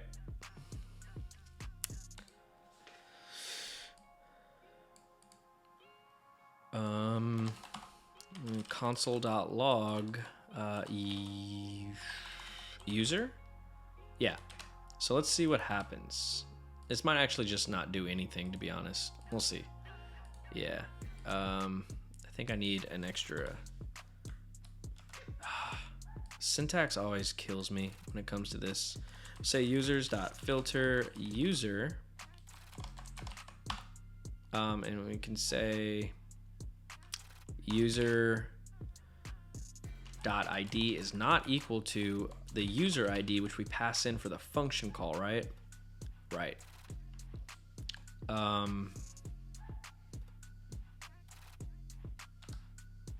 Why am I drawing a blank here? Does user have an ID property? ID. It does. It does. ID is equal to the index.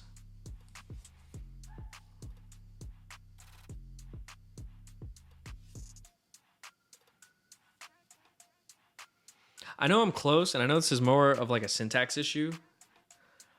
So let's see. So running this will return, I'm pretty sure it returns a new array, right? So this method creates a new array with all the elements that pass the test. Okay, so that makes sense. So what we can do is we can say set users is equal to users.filter, and we want to say, let's remove some of these parentheses. We don't need it. We'll say user, if user.id is not equal to user ID. I think that should work, right? Let's see. We'll see. Let's see. And then that's going to update the users array, which should update the. It's not liking. Let me see what's going on with the syntax. What's wrong with my filter syntax? But in theory, this should work. Yeah, I knew I was missing like a parentheses or something. Okay, so I just need an extra parentheses right here. There we go. Okay, so if we add a new user, let's add 2. We want to delete Kevin. Nothing happens. Great. So let's check and see if anything happened to the state, which it probably didn't.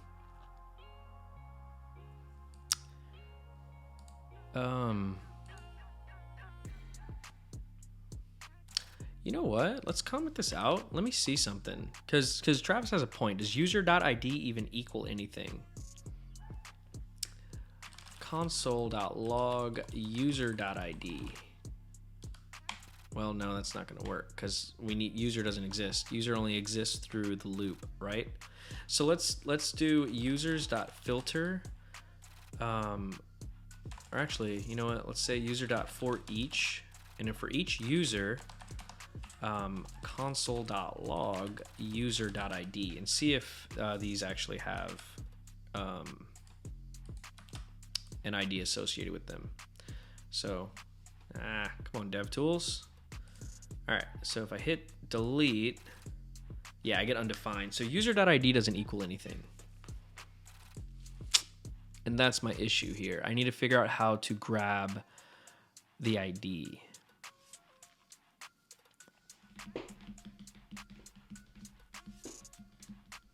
I could ask AI, but that's not going to help me.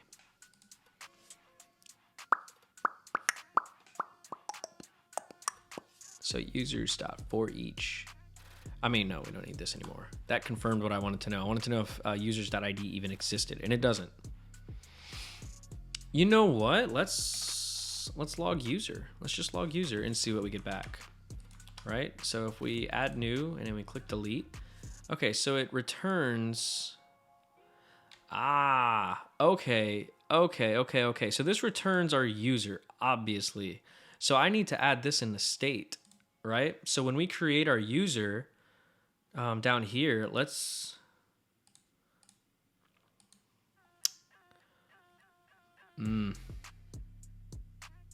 Well, no, that's not going to work either. Maybe use the name instead. I don't know if that would work. Using the name? What do you mean?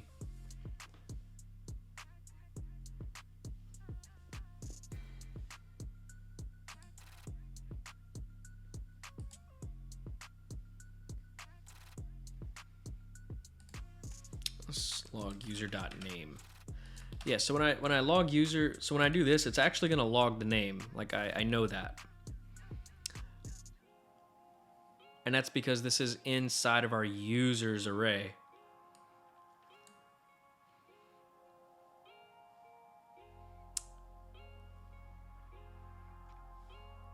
Yeah. Let's see. We can do that. I hate using strings too, but let's see if that works. And then if it does, maybe that'll help me figure out what I need to figure out. So if user.name is equal to, well, we still need to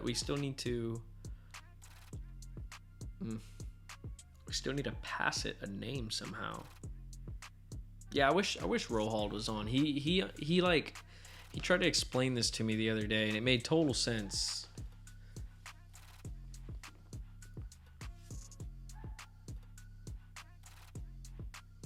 Adios, Dennis. It was good having you as always.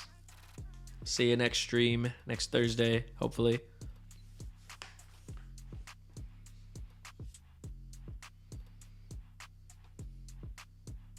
I'm going to turn on Copilot completions and see what it offers me.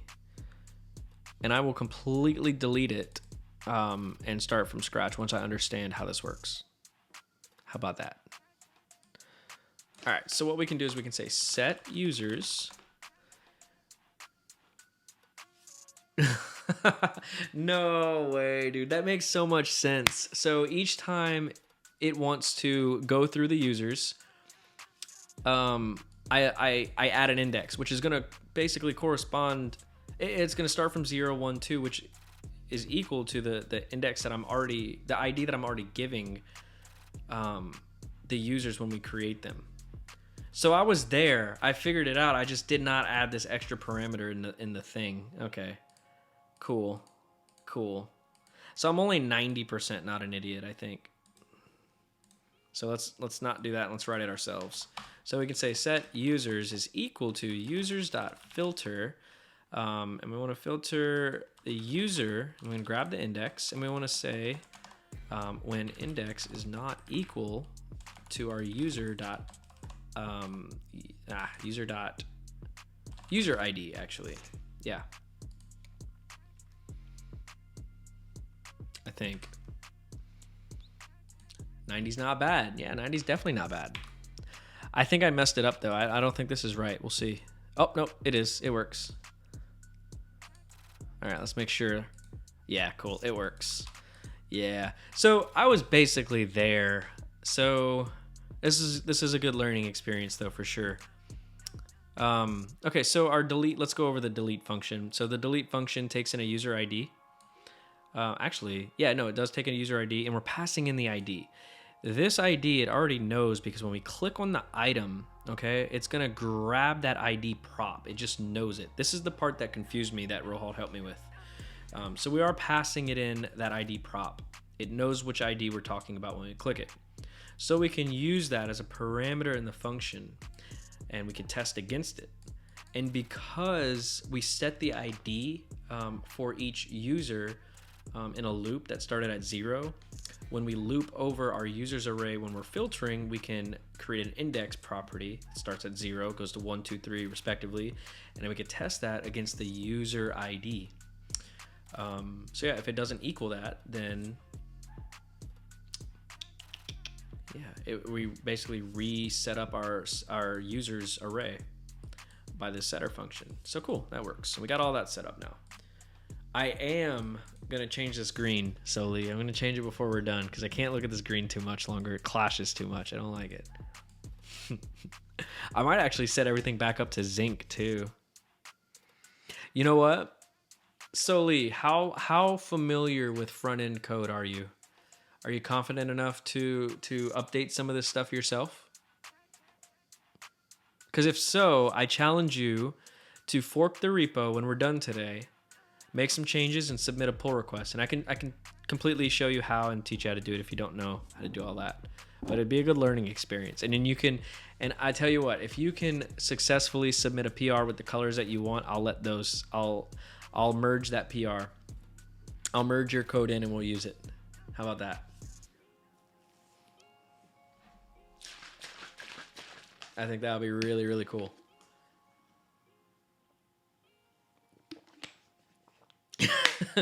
I can't tell if that's a happy oh my gosh or oh my gosh, you're annoying. You're changing my colors.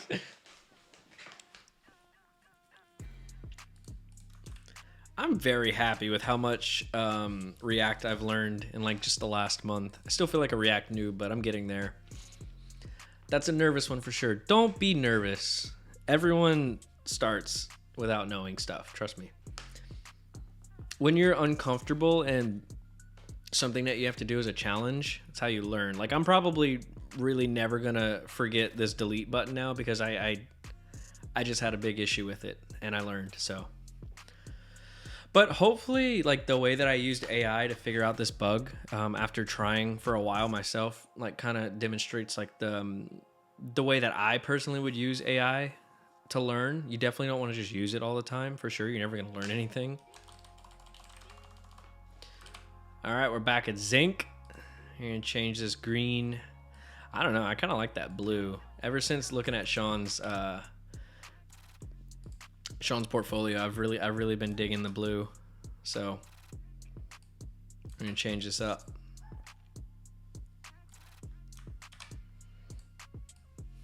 All right, so we're changing it on this button. We also have our user button, which honestly, no, let's just keep that red, to be honest. Let's just change the the redness.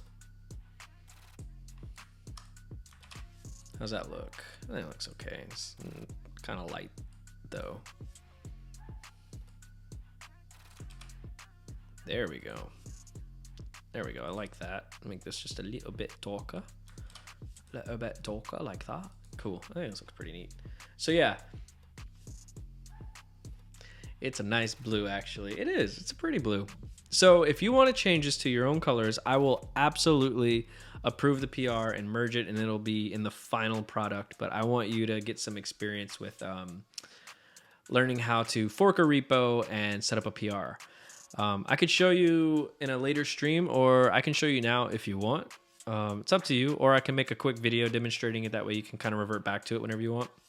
It wouldn't take me too long. Just let me know how you want me to help you out with that. But yeah, once you know how to do that, you can submit PRs to all the stuff that we build going forward if you want, because you probably have a lot better experience with design than I do. I'd love to see what you come up with.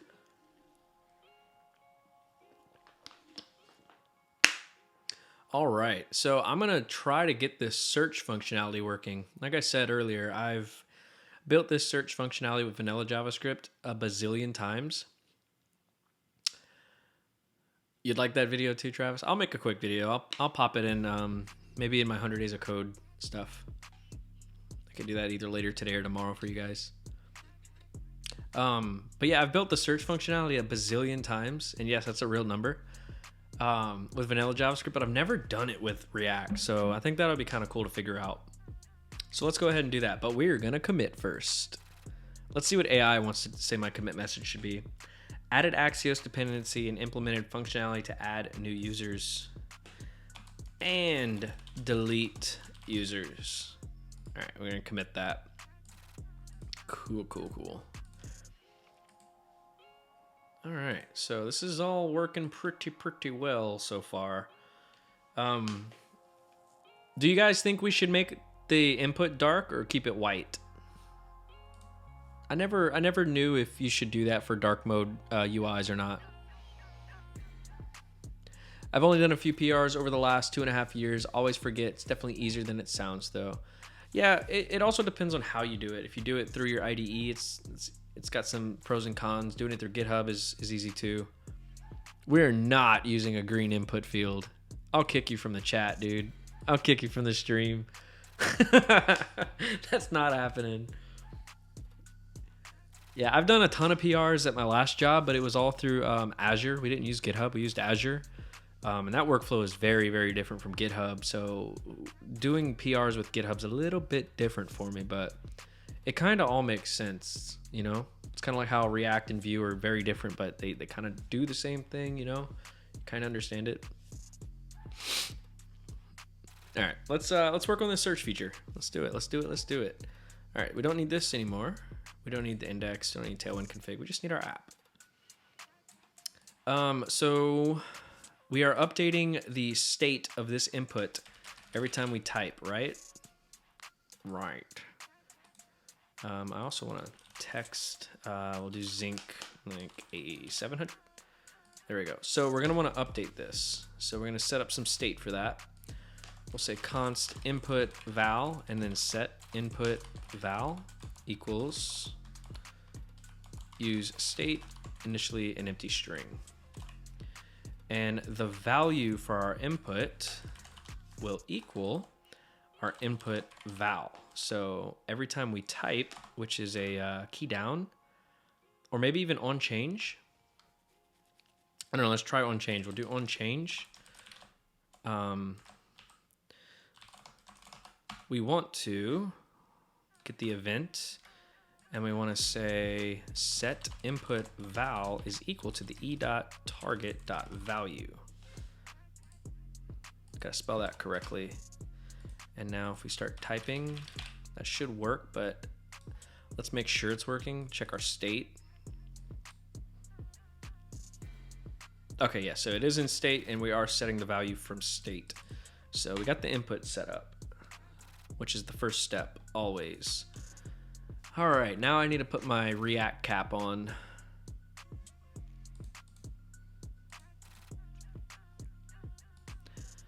This is very easy in JavaScript, vanilla JavaScript. I gotta think about how I want to do this in React. Let's break it up. So what we want to do is let's break it up into small pieces. So when we start typing, whatever's in our input value, we want to check that against the names. And we're not going to add the functionality to filter the search like we did in the other one. I don't have a lot of time to stream today. I have kind of about an hour left. It's 2 p.m. here. I want to finish about 3 if I can. So, but if we can get this done super quickly, maybe we can implement that too. Or maybe somebody can submit a PR with that feature. I hope your React cap looks like Rohal's hat here. Hat there. Oh, wow. I thought this said Rohald. It's Roland. That's funny. Yeah, it does. It looks just like that. It's got a blue React logo right in the center, though. Oh, man, that's funny. All right. So let's break this off into chunks, and let's start figuring this out. So as well as on change for our input, we also want to run another function, right? Let's call this function search users, right? And instead of the e.target.value, we're going to want to use the input val, but I have a very funny feeling the React state is not going to want to work correctly for this.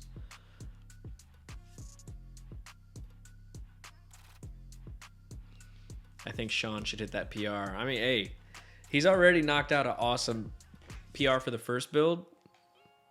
I'm super stoked he did that. It's really cool.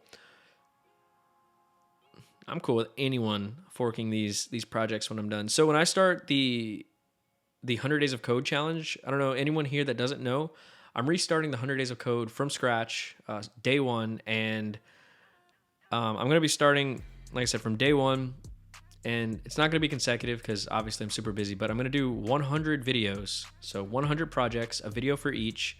Some are going to be bigger projects, some will be small. But the idea is they're going to basically be as basic as you can get, right? Because I don't want someone to just watch me code for like an hour or so. So like I might build a to-do list app with literally no styles. And the idea, which I didn't mention this idea to anyone, and Sean was actually asking if we could do this, so I'm very happy about that. But I would really like for the community to fork the projects that I do for 100 Days of Code and add their own features, add their own styles, add whatever they want to it as part of their 100 Days of Code. People can literally follow along with me for 100 days. Because I know the hardest part of 100 Days of Code is not only the consistency, but figuring out what to do. So it's a really good way to get a little bit of practice with what you already know, get a little bit of practice of the DevOps process with pull requests, working with other people's code base. Really, really cool. And on stream, I will, as people are okay with it, I'll go over the pull requests and see what you guys are updating. But yeah, Travis, since you joined late, so this do you remember this project from last week, which is what we're building this week, but we did this in vanilla JavaScript. So one thing that you probably noticed that was not here last week is the pagination. I woke up this morning and I got on my GitHub and I saw that somebody submitted a PR for a pagination. That is really, really cool. Take a look at this. Sean did it. So if I go to my repos and I go to the employee directory that we built last week, I check out the PRs right here. He submitted this add pagination feature. Super detailed description, tested it on Safari and Chrome, had about 3 commits. Slight, tiny little bugs, not app-breaking bugs, but there's a couple little bugs in here. But yeah, how awesome is that, dude? I would love for more people in the community to submit PRs and get a little bit more experience with this, because this isn't something we teach too much at Treehouse, because it's kind of hard to do that. But this is definitely something that you do on the job in real life. So Lee says, I got lots of things to do, but don't know how to do them. Well, let me know what you need to do, and we'll teach you. We'll get you there. For sure. But yeah, Sean nailed this. Dude somehow hacked into my brain and knew I wanted people to start submitting PRs to some of this stuff.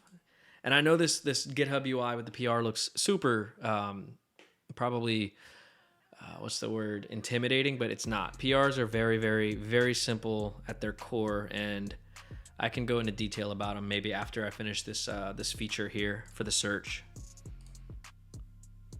Yeah, because if I could have people submitting some PRs for all the projects that I do for 100 Days of Code, we can build some pretty sick projects that everyone could put on their portfolios if they want, or, you know, whatever. So lots of fun. Yeah. Let's get back into it though. All right, here's our search users function. Let's go ahead and create it. Make sure it's all synced up correctly. So function search users console.log.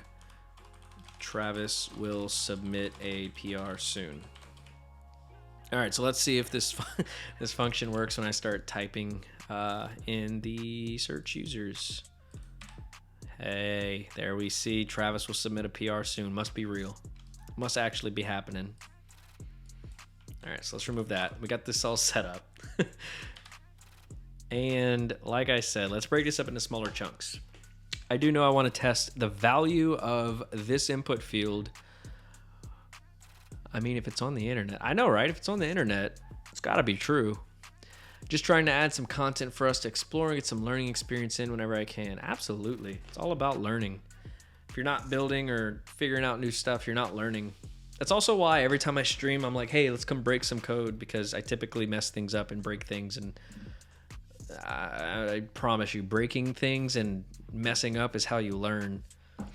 You can read the docs all day. You can watch videos, you know, but I found personally for me, the best way to learn is to literally just break stuff and try to figure out how to fix it. I will always say that that's the best way to learn. But back to the first issue that I'm gonna have with this is if I test the input value,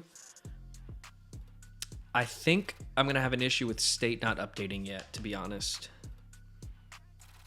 I wonder if I could just set that up in useref, because useref will do the same thing, but it's not updating the UI, which I don't need it to, because this is updating the UI. Yeah, I'll try that. I'll try that and see if that works. You see what I mean? If this ends up working, I just learned something. Amen to breaking method. Yeah, absolutely. People don't get better by just building the stuff they already know how to build. Oh, sure. Okay. Let's go ahead and get this done.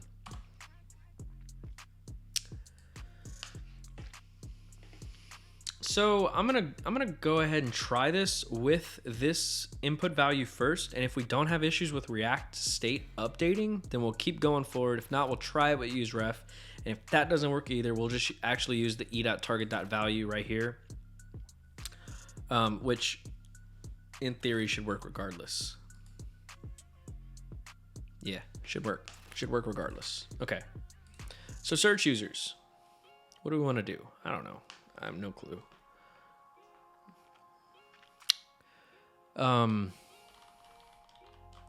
Let's first console.log input val and see if we actually get the right thing logged to the console. Okay, we do, but we don't. And I'm betting if I use ref, we'll get that full test in there. But either way, this should still do what I want it to do. So let's say, honestly, let's filter, right? Yeah, let's use the same method we used when deleting. We'll filter based off of this search input. Yeah. All right, we'll do set users, and we'll say users.filter,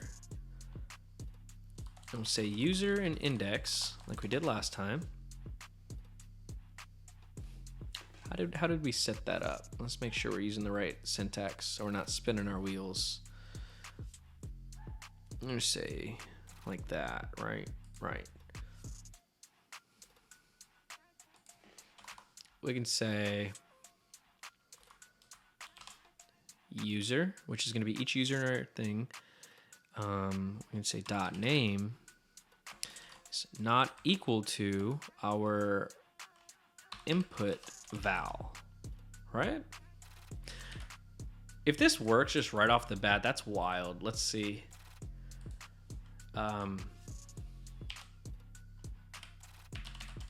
Yeah, no, it's not working. So what are we doing? We're saying users.filter, and for each user, if user.name is not equal to our input.val, or our input val variable.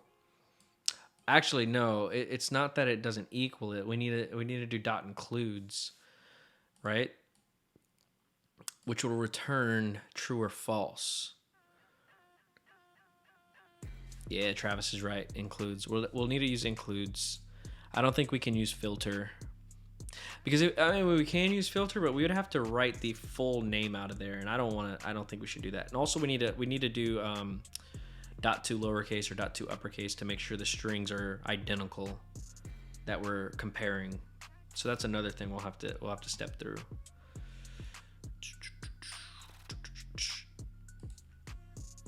Okay, so what I think we need to do still is we still need to do users, right? So let's set up a let's set up a variable, right?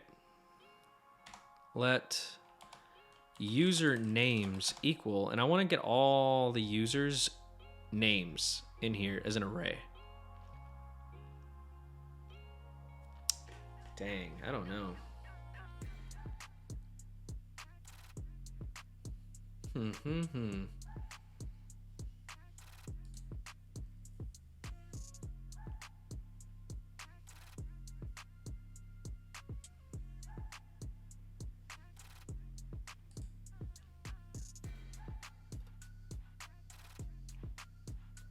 I'm thinking. When I'm quiet, I'm thinking. Should there be another state for filtered users so that the initial group doesn't get overwritten? That's smart. Yeah. Yeah, it should, because if I start backspacing, it's only going to have the array that we altered to go off of. That's smart.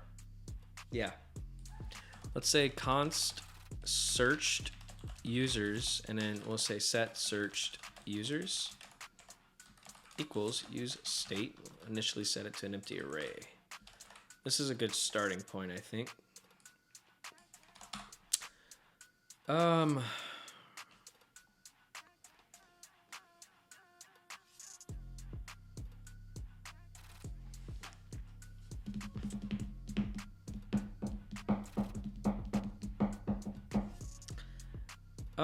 You know what? Let's make sure first, before we get too deep into the logic of it, to see if like we actually are comparing the state that's in our input val. So let's say if input val is equal to test console.log success. Let's just see if we can get that to actually show up. So it works. For the most part, it works. I really think we should probably use useref for this, but we'll go back and refactor if we need to later.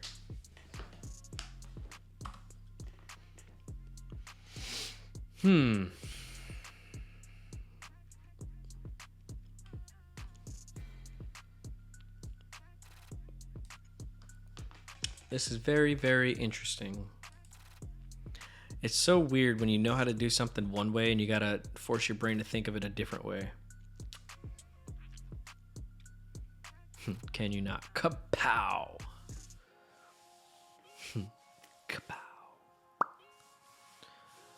Kapow. Let's see. So let's...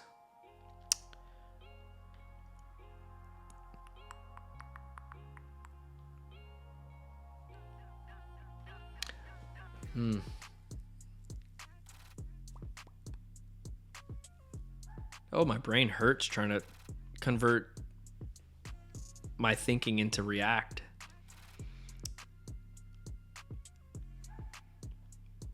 Okay, let's just go users dot for each, and we can say user and we'll do user dot name dot push. Well, no, we don't want to push. We'll say map instead, since it returns, and we'll just pop this into searched users. And this isn't what we want searched users to be. I just want to see if this actually adds all these names to our state of searched users. Let's see. Okay, so right now it's empty, and if we start typing anything, nothing happens in our state. Oh, that's not doing anything, duh. You're just saying user.name.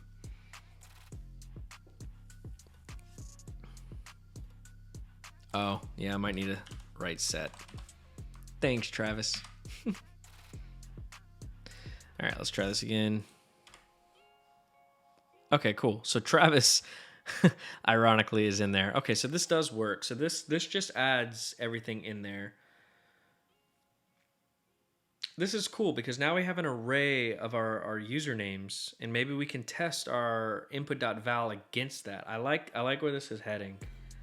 I really like where this is heading, except for the fact that every single time we type, it's gonna add every name into there.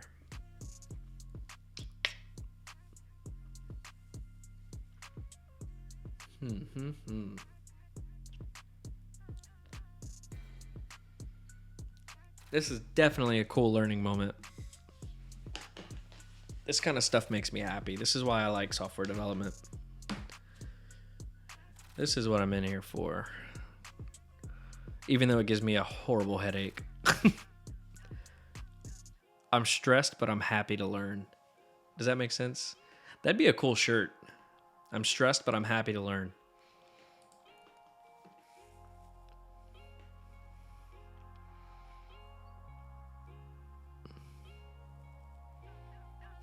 Can in the house. I like that emoji, Soli. I like that. That's me right now, ripping out my hair. Brian, you'd buy it? I'm gonna make my own merch. We're gonna have I'm stressed, but I'm happy to learn as one of the shirts. And then another shirt's gonna be like, it's gonna have something to do with that horrible green color Soli wanted to use earlier. I support, and it's just gonna have the hex value of that color.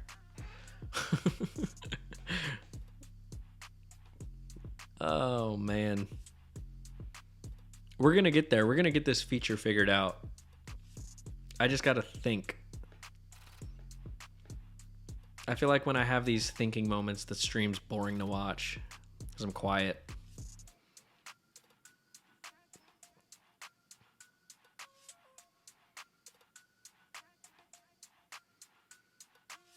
User.name.includes input val. Would it be that easy? At least that'll return true or false for each user, right? I was kind of thinking that earlier, but I didn't. It makes sense though. We could try. We could see.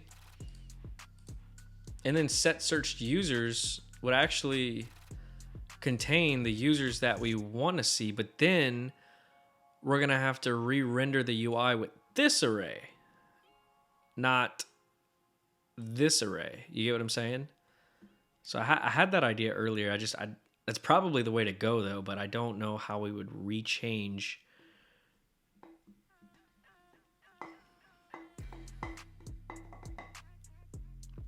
Because typically with vanilla JavaScript, the way that I do this is we write a condition, right? Like if it matches, we just set a display of none.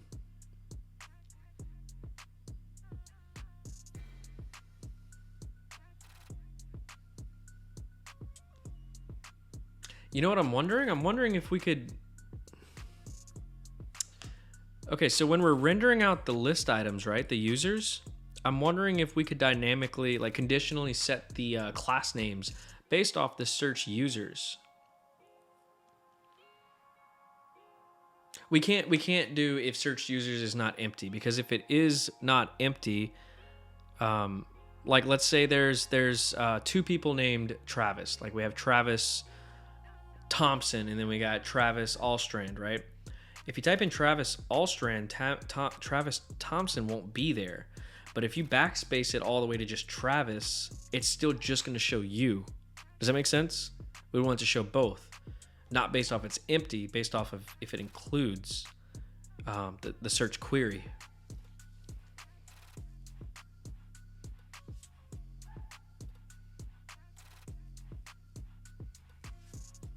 I feel like I have an idea. First, let's see if this even works. We'll do dot includes, and we can do input val, right? So let's test out this. Let's add a user, April Rogers and Derek Peck. So if I type in P. Oh, okay. So wait, that's returning true or false. It's not returning the user. And it's also wrong. April Rogers does not include a P, yet she's in here. Or wait. Yeah, no. Oh, okay, wait. So it worked. It worked the second time because the state works after each keystroke, not at each keystroke.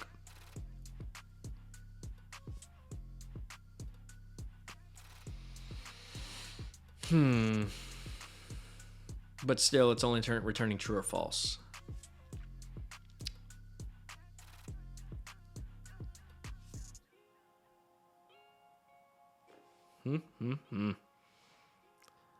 Let me see something here.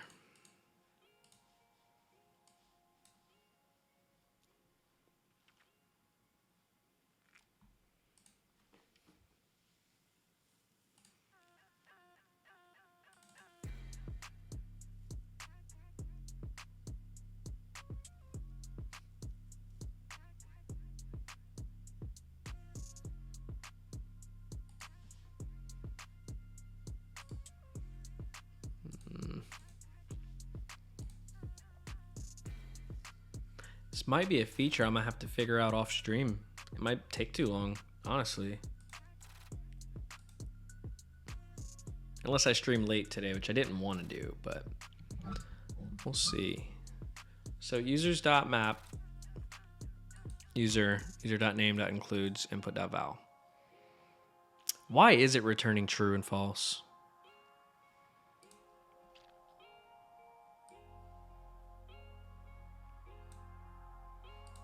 Because this evaluates to either true or false. So for each user, it returns its respective Boolean. Try filter.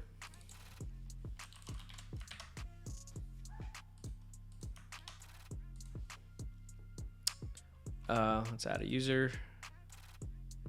Add a user. So we'll do R. Okay. So initially it should show both. Okay, so it does. So R and then I.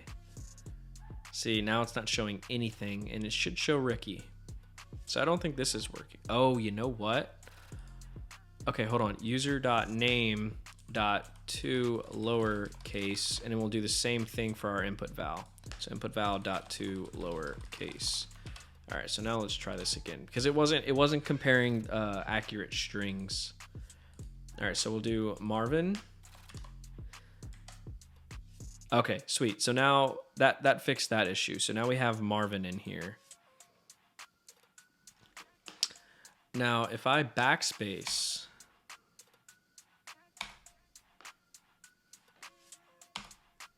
okay, so it is actually working because now with an empty string in here, it's showing both of them again. Hold on, this might be what we need. This might be what we need. I do think I'm having an issue with state though. It's always one keystroke behind. Since what we're testing does not need to update, since the value that we're testing does not need to re-render the UI, should we be using useRef? And then we'll get an instant. You know what? Hold on. Instead of input.val, let's do e.target. E.target.value. We'll pass in the event parameter, and we're gonna pass it in here too. And now let's try it. And I wonder if it's more like up to date. So if we add a user and we do Heidi. Okay, yeah, so that works perfectly. We might still use useRef later because I think that would be a better option than just using e.target.value, but hey, this works. So if I backspace, we should have, yeah, we have 2 people now. Okay, so this is working. This is working. The only issue is we have to re-render this based off of a different state, different array, not the initial users array. So what I'm thinking is maybe what we can do is we can just generate a class name of like show or hide, or conditionally render the hidden class, right? I think that makes sense. Just how do we do it is the question. Maybe we can update the user's state and have something in here like is visible, which can be set to true initially, and then we change that later on.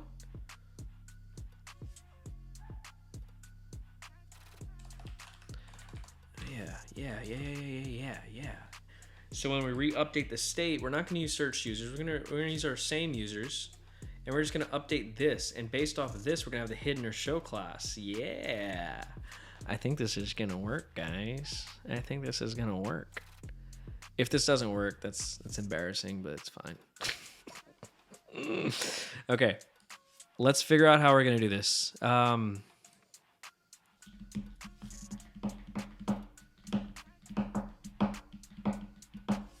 We'll say is visible.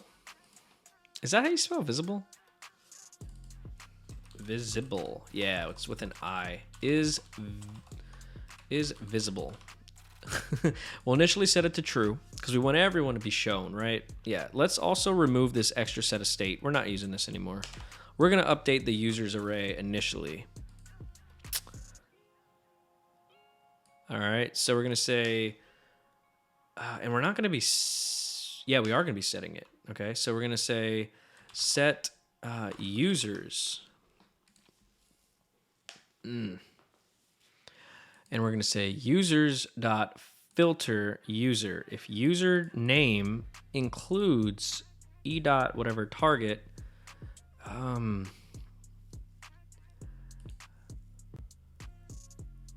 we can, let's set this up in a conditional, right?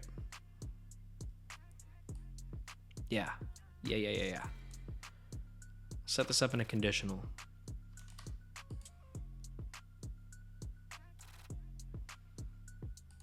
So this would need to be map again, because now with us using map, this is going to return a Boolean, true or false, which is what we need for our condition.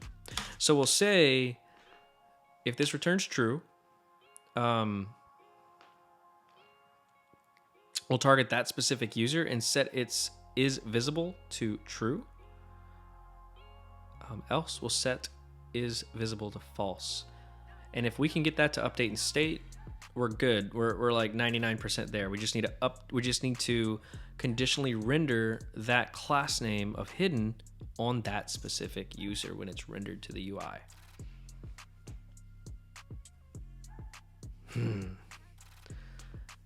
Does this, everyone watching, does this sound like this would work? Because this sounds like it would work. Let's figure this out. Let's see if it works. So if this is true, we want to say user. Oh wait, no. We don't need a set user right here. We're gonna set user later. Let's just redo this whole thing. All right, so inside here we're gonna say users.map. All right, and we're gonna say user.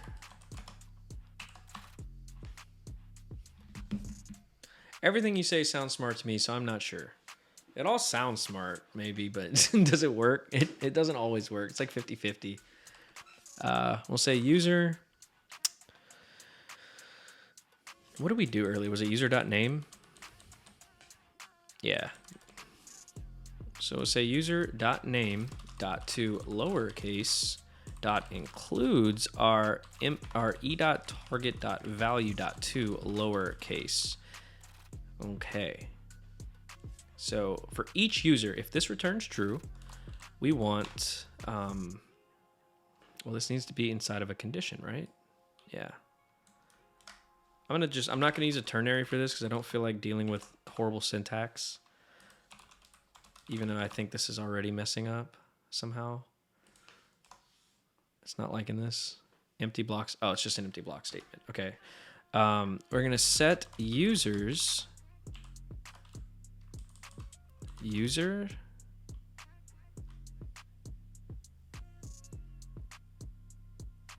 User dot is visible equals. Oh, you know what? That's smart. That'd be a good one-liner.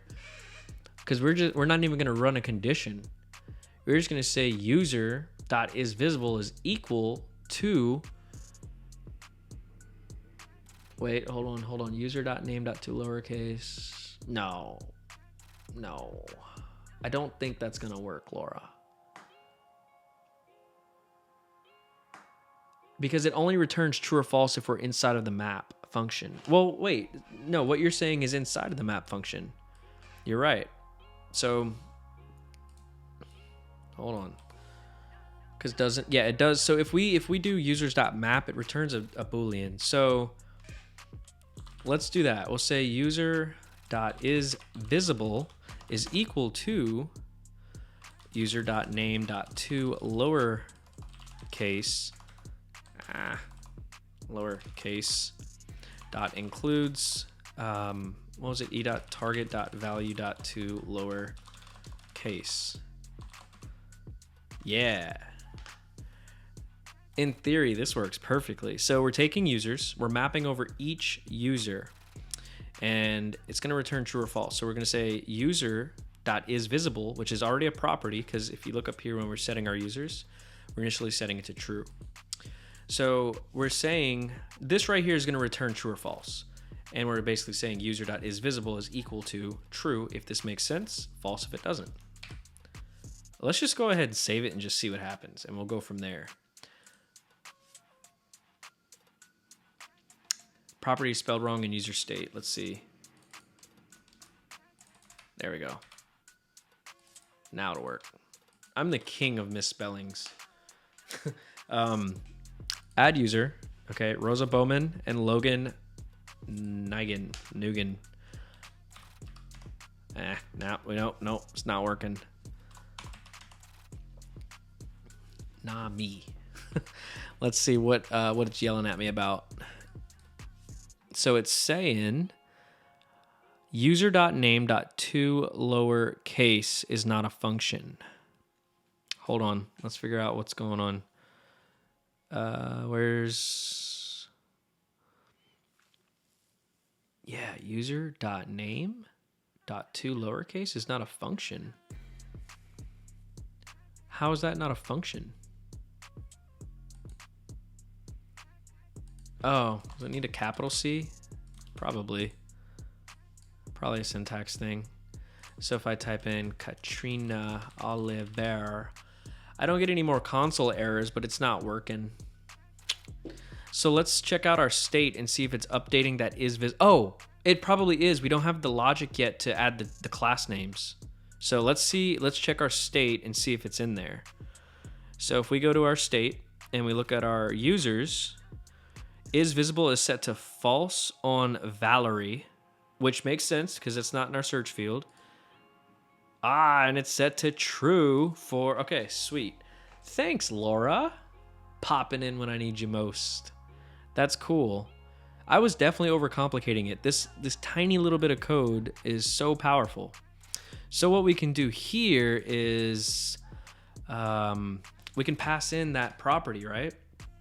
We can say isVisible is equal to Well, wait, no, we already have our users, right? Oh, no, you're right. So we'll need to do user.isVisible, okay? And in here, we can say class name. Let's interpolate that. Let's grab that Boolean value, right? We can say,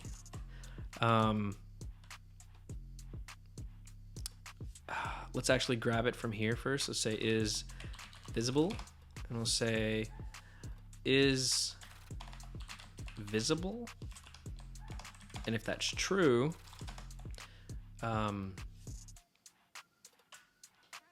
actually, no, let's do is not visible, right? If it's not visible, we'll add the class of hidden. Oops. I do think my syntax is messed up here. I think we need the interpolation stuff inside the brackets. Actually, we don't need interpolation at all. I swear, when I try to interpolate class names, I get so confused. All right, so we're running JSX in here.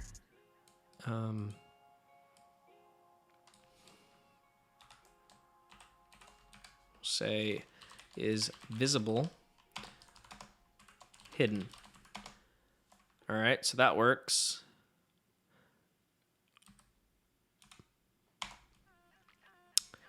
Actually, let's go ahead and do this. And then we'll say, paste in all those other options that we had, all those other class names that we had. I have to remove, what do I need to remove? That, I think.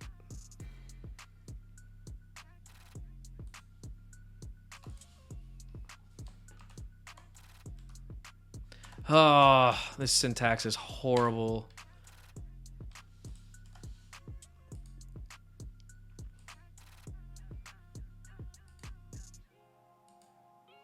This whole thing is JSX, so this whole thing needs to be inside of that.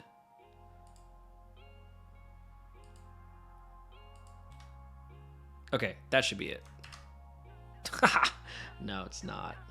All right, let's just ask. Let's just get the right syntax from AI. Fix my interpolation syntax.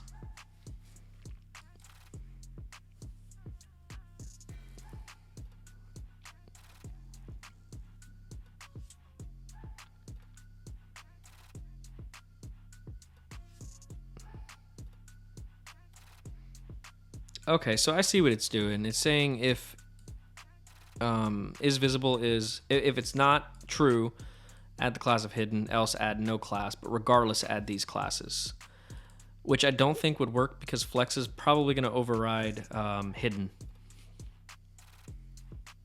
So maybe I can put flex in here. Yeah, I think that makes sense. Let's go ahead and copy that and see. So we'll put flex in here. We'll remove it from here. Hit enter. All right, let's give this a try. So we have two people. Let's type in Jaden.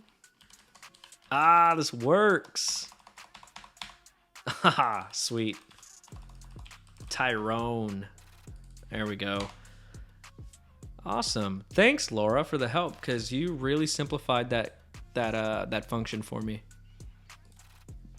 I've never done the search feature in React before. That was really cool.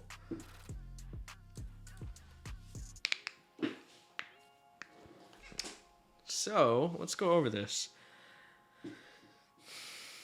Let's also take e.target out, and let's see if this worked better with useRef instead, since technically what we're using to compare is not updating the UI in any way. Not in the logic. Yeah, so let's use useRef. So let's import it first. Import useRef. Whoa. Awesome. And if I remember correctly, I think you put it inside, or how does useRef work? we can say search query equals use ref, which is initially going to be a string. And I think what we can do here, we can remove the e.target. We don't need that. And then we can say search query.current, I think it is. I think that works. We can also remove the event from the function call.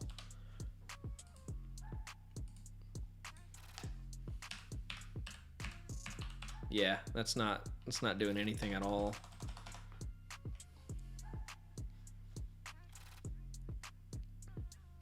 Wait, we're not updating useRef. We're just checking it. Yeah, we still need to update useRef.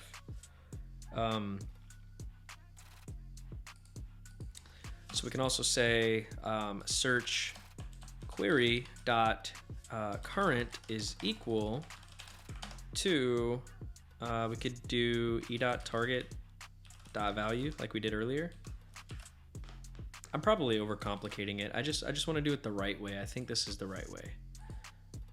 So now if we type in Tharisha, it works, and it works instantly.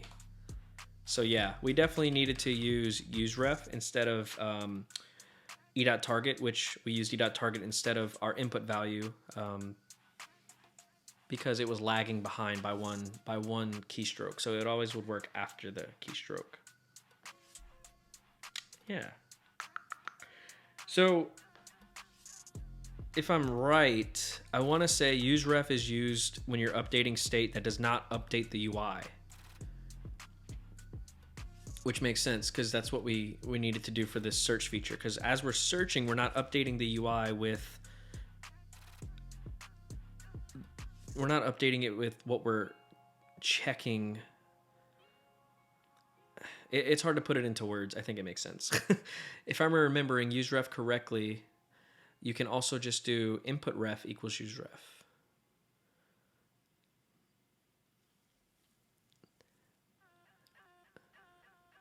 Instead of putting it in the onChange. What do you mean, Laura? Like for the value?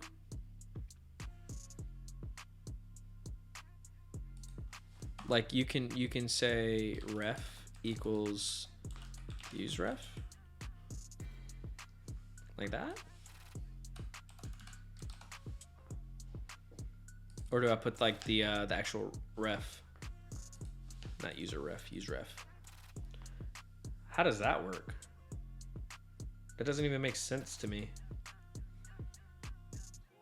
What is this? What is this? Yeah, the ref name. Okay, I figured that. But I still don't understand where this comes from. Ref equals. What is ref? Is that like just a React attribute or something on the element? So we could do search query here. And so I'm assuming as you type, ref is just, search query equals the value automatically. Is that just how it works? If so, I've never seen this before. It's kind of cool. Kind of simplifies some things. Really? Okay, so let's remove this. Because this is updating our search, right? So yeah, let's see if that actually does the same thing. That's really cool if so. It's a little bit less code. They show it in the doc. I haven't read up on the docs on useRef yet. Let's add a new user. Add a couple. Eric. Yeah, now I'm getting an error. So let's see what the error is. Search query.current. Yeah, so it's not updating search query anymore.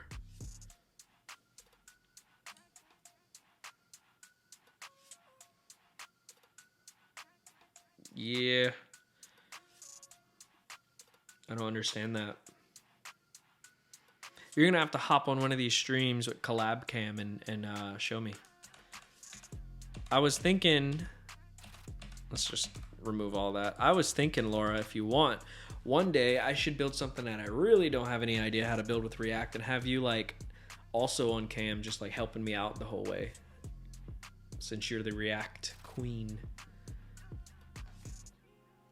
Yeah, I would like that. Okay, cool. So we got this working, guys. Let's type in, let's do this again. Ted works. Cool. Now if we delete, does that affect anything? Nope. It all works. No errors. Cool. Laura, since you're just joining, were you here earlier when I mentioned that Sean submitted a PR for last week's live stream build?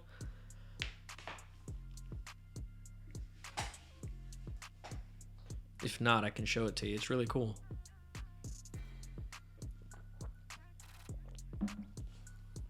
Nope, you joined late. So what we're doing this week is we're basically rebuilding the Lego employee directory that we did last week, this one, but we're doing it in dark mode this time because why not? But we're doing this in React, which is kind of cool because it has a couple of features in here I've never done with React, like the search that we just did. But what he did was he added a pagination feature to the vanilla JavaScript one, and it works. It's really awesome. And it kind of goes along with what I was hoping the community would start doing. I was going to make a video announcing it for the 100 Days of Code where people can submit PRs and add their own features and styles, because a lot of what I do on stream as well as the 100 Days of Code is going to be very basic. Because I'm not going to sit there for like 5 hours and make an awesomely finished, polished project. And other people that want to, do 100 Days of Code, the hardest part is finding out what to do. So if you could just add features to previously made projects, work in other people's code bases, get experience with DevOps processes like PRs and forking repos and things like that, you could do it that way. And yeah, he already started. He did really cool with this. I'm gonna go over the code off stream. I kind of went through the code at the beginning of the stream, but I'm gonna go off stream and really look at the code and submit some comments and whatnot, because there's a couple of little tiny bugs, nothing that breaks the app, but a couple of little bugs I want to fix. And yeah, I'll end up merging this in on the next stream, showing everybody how to merge it in. But I thought it was pretty cool, and hopefully other people follow what he did with this, because I like it. I like it a lot. Yeah, it's pretty cool. Cool, guys. I wanted to end the stream today at 3, and we just finished the last feature, and it's almost 3 o'clock my time, so that's perfect. So I'm gonna go ahead and end the stream here pretty soon. There we go. Wrong screen. But yeah, what sort of features do you guys think we should add to the Lego employee directory that we did today?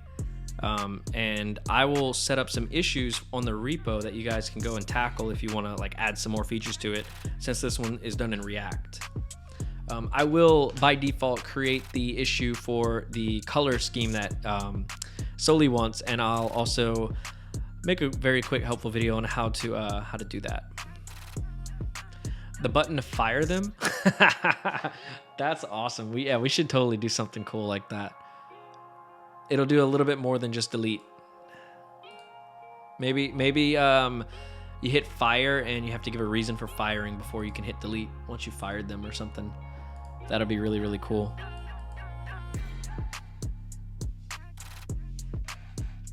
That's such a good idea. I love that.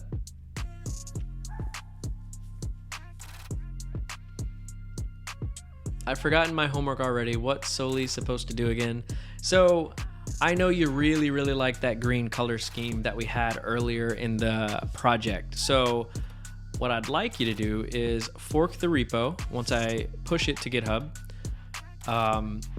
And then once you fork it, you'll basically have your own copy. So when you go to, watch, I'll share my screen again. I'm gonna update this. Let's get a AI assisted commit message here. Added search functionality, cool. So what I would like you to do, and you don't have to, I just think if you want to get some experience with this will be a great way to do it.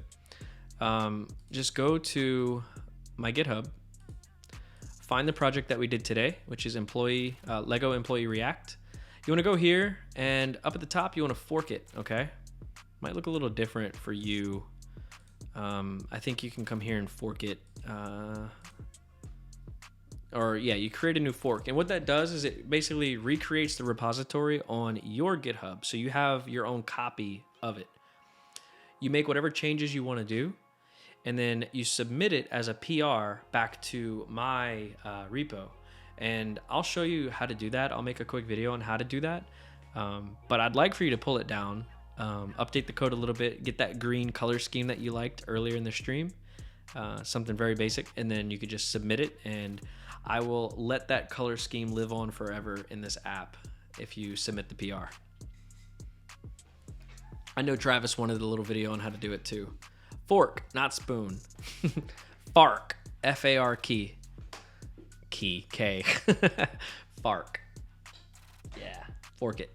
But yeah, submitting a PR is really, really cool. You'll actually get a badge, I think, on Discord, on GitHub for submitting a PR. But also, it's part of the developer process. It's a really good thing to pull shark, open to pull requests that have been merged. Yeah, you'll get this. You'll get this cool little badge.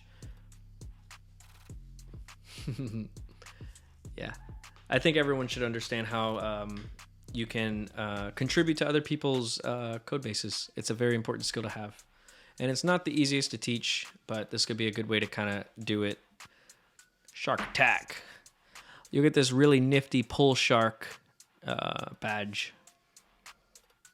What's this other one? Arctic Code Vaulter. Contributed to 2 repositories in 2020 GitHub archive program. I don't remember doing that, but okay. All right, guys. I'm going to be ending the stream here pretty soon. I hope you guys enjoyed. This was fun. Kind of a headache, but I feel like when I have the headaches, it's when I've learned the most. It's all the new knowledge getting forced into my brain. This is a pretty fun stream. I'm glad we took what we built last week and made a React version out of it. So, hey Sean, if you're familiar with React and all that, which I think you are, isn't your portfolio is in Next.js? You should try to submit pagination for what we just did today. Yeah, I'm excited to see if you do any cool PRs for this one too. And as always, as long as you're cool with it, I'll review them on stream every week. So, yeah, I'm loving this. I hope we get more community engagement on these. These are really fun. But look forward. I think next week we're gonna get started with the 100 Days of Code. The redo of it. We're gonna start fresh because I'm gonna video every single project. So be on the lookout for that. It's gonna be a lot of fun. Hopefully, if time allows, I'll finally get that started next week. But yeah, I enjoyed it today, guys. You guys were a lot of fun as always. Too bad Dennis isn't here. At least he stayed longer. I feel like each stream Dennis stays just a little bit longer. I know he's on the other side of the world, so it's like, I think it's like midnight when I start streaming for him. So I respect the dedication he's got. All right, guys, I'm heading out. I'm gonna end the stream here pretty soon. Hope you guys have a good day. We'll see you guys all next week. Peace.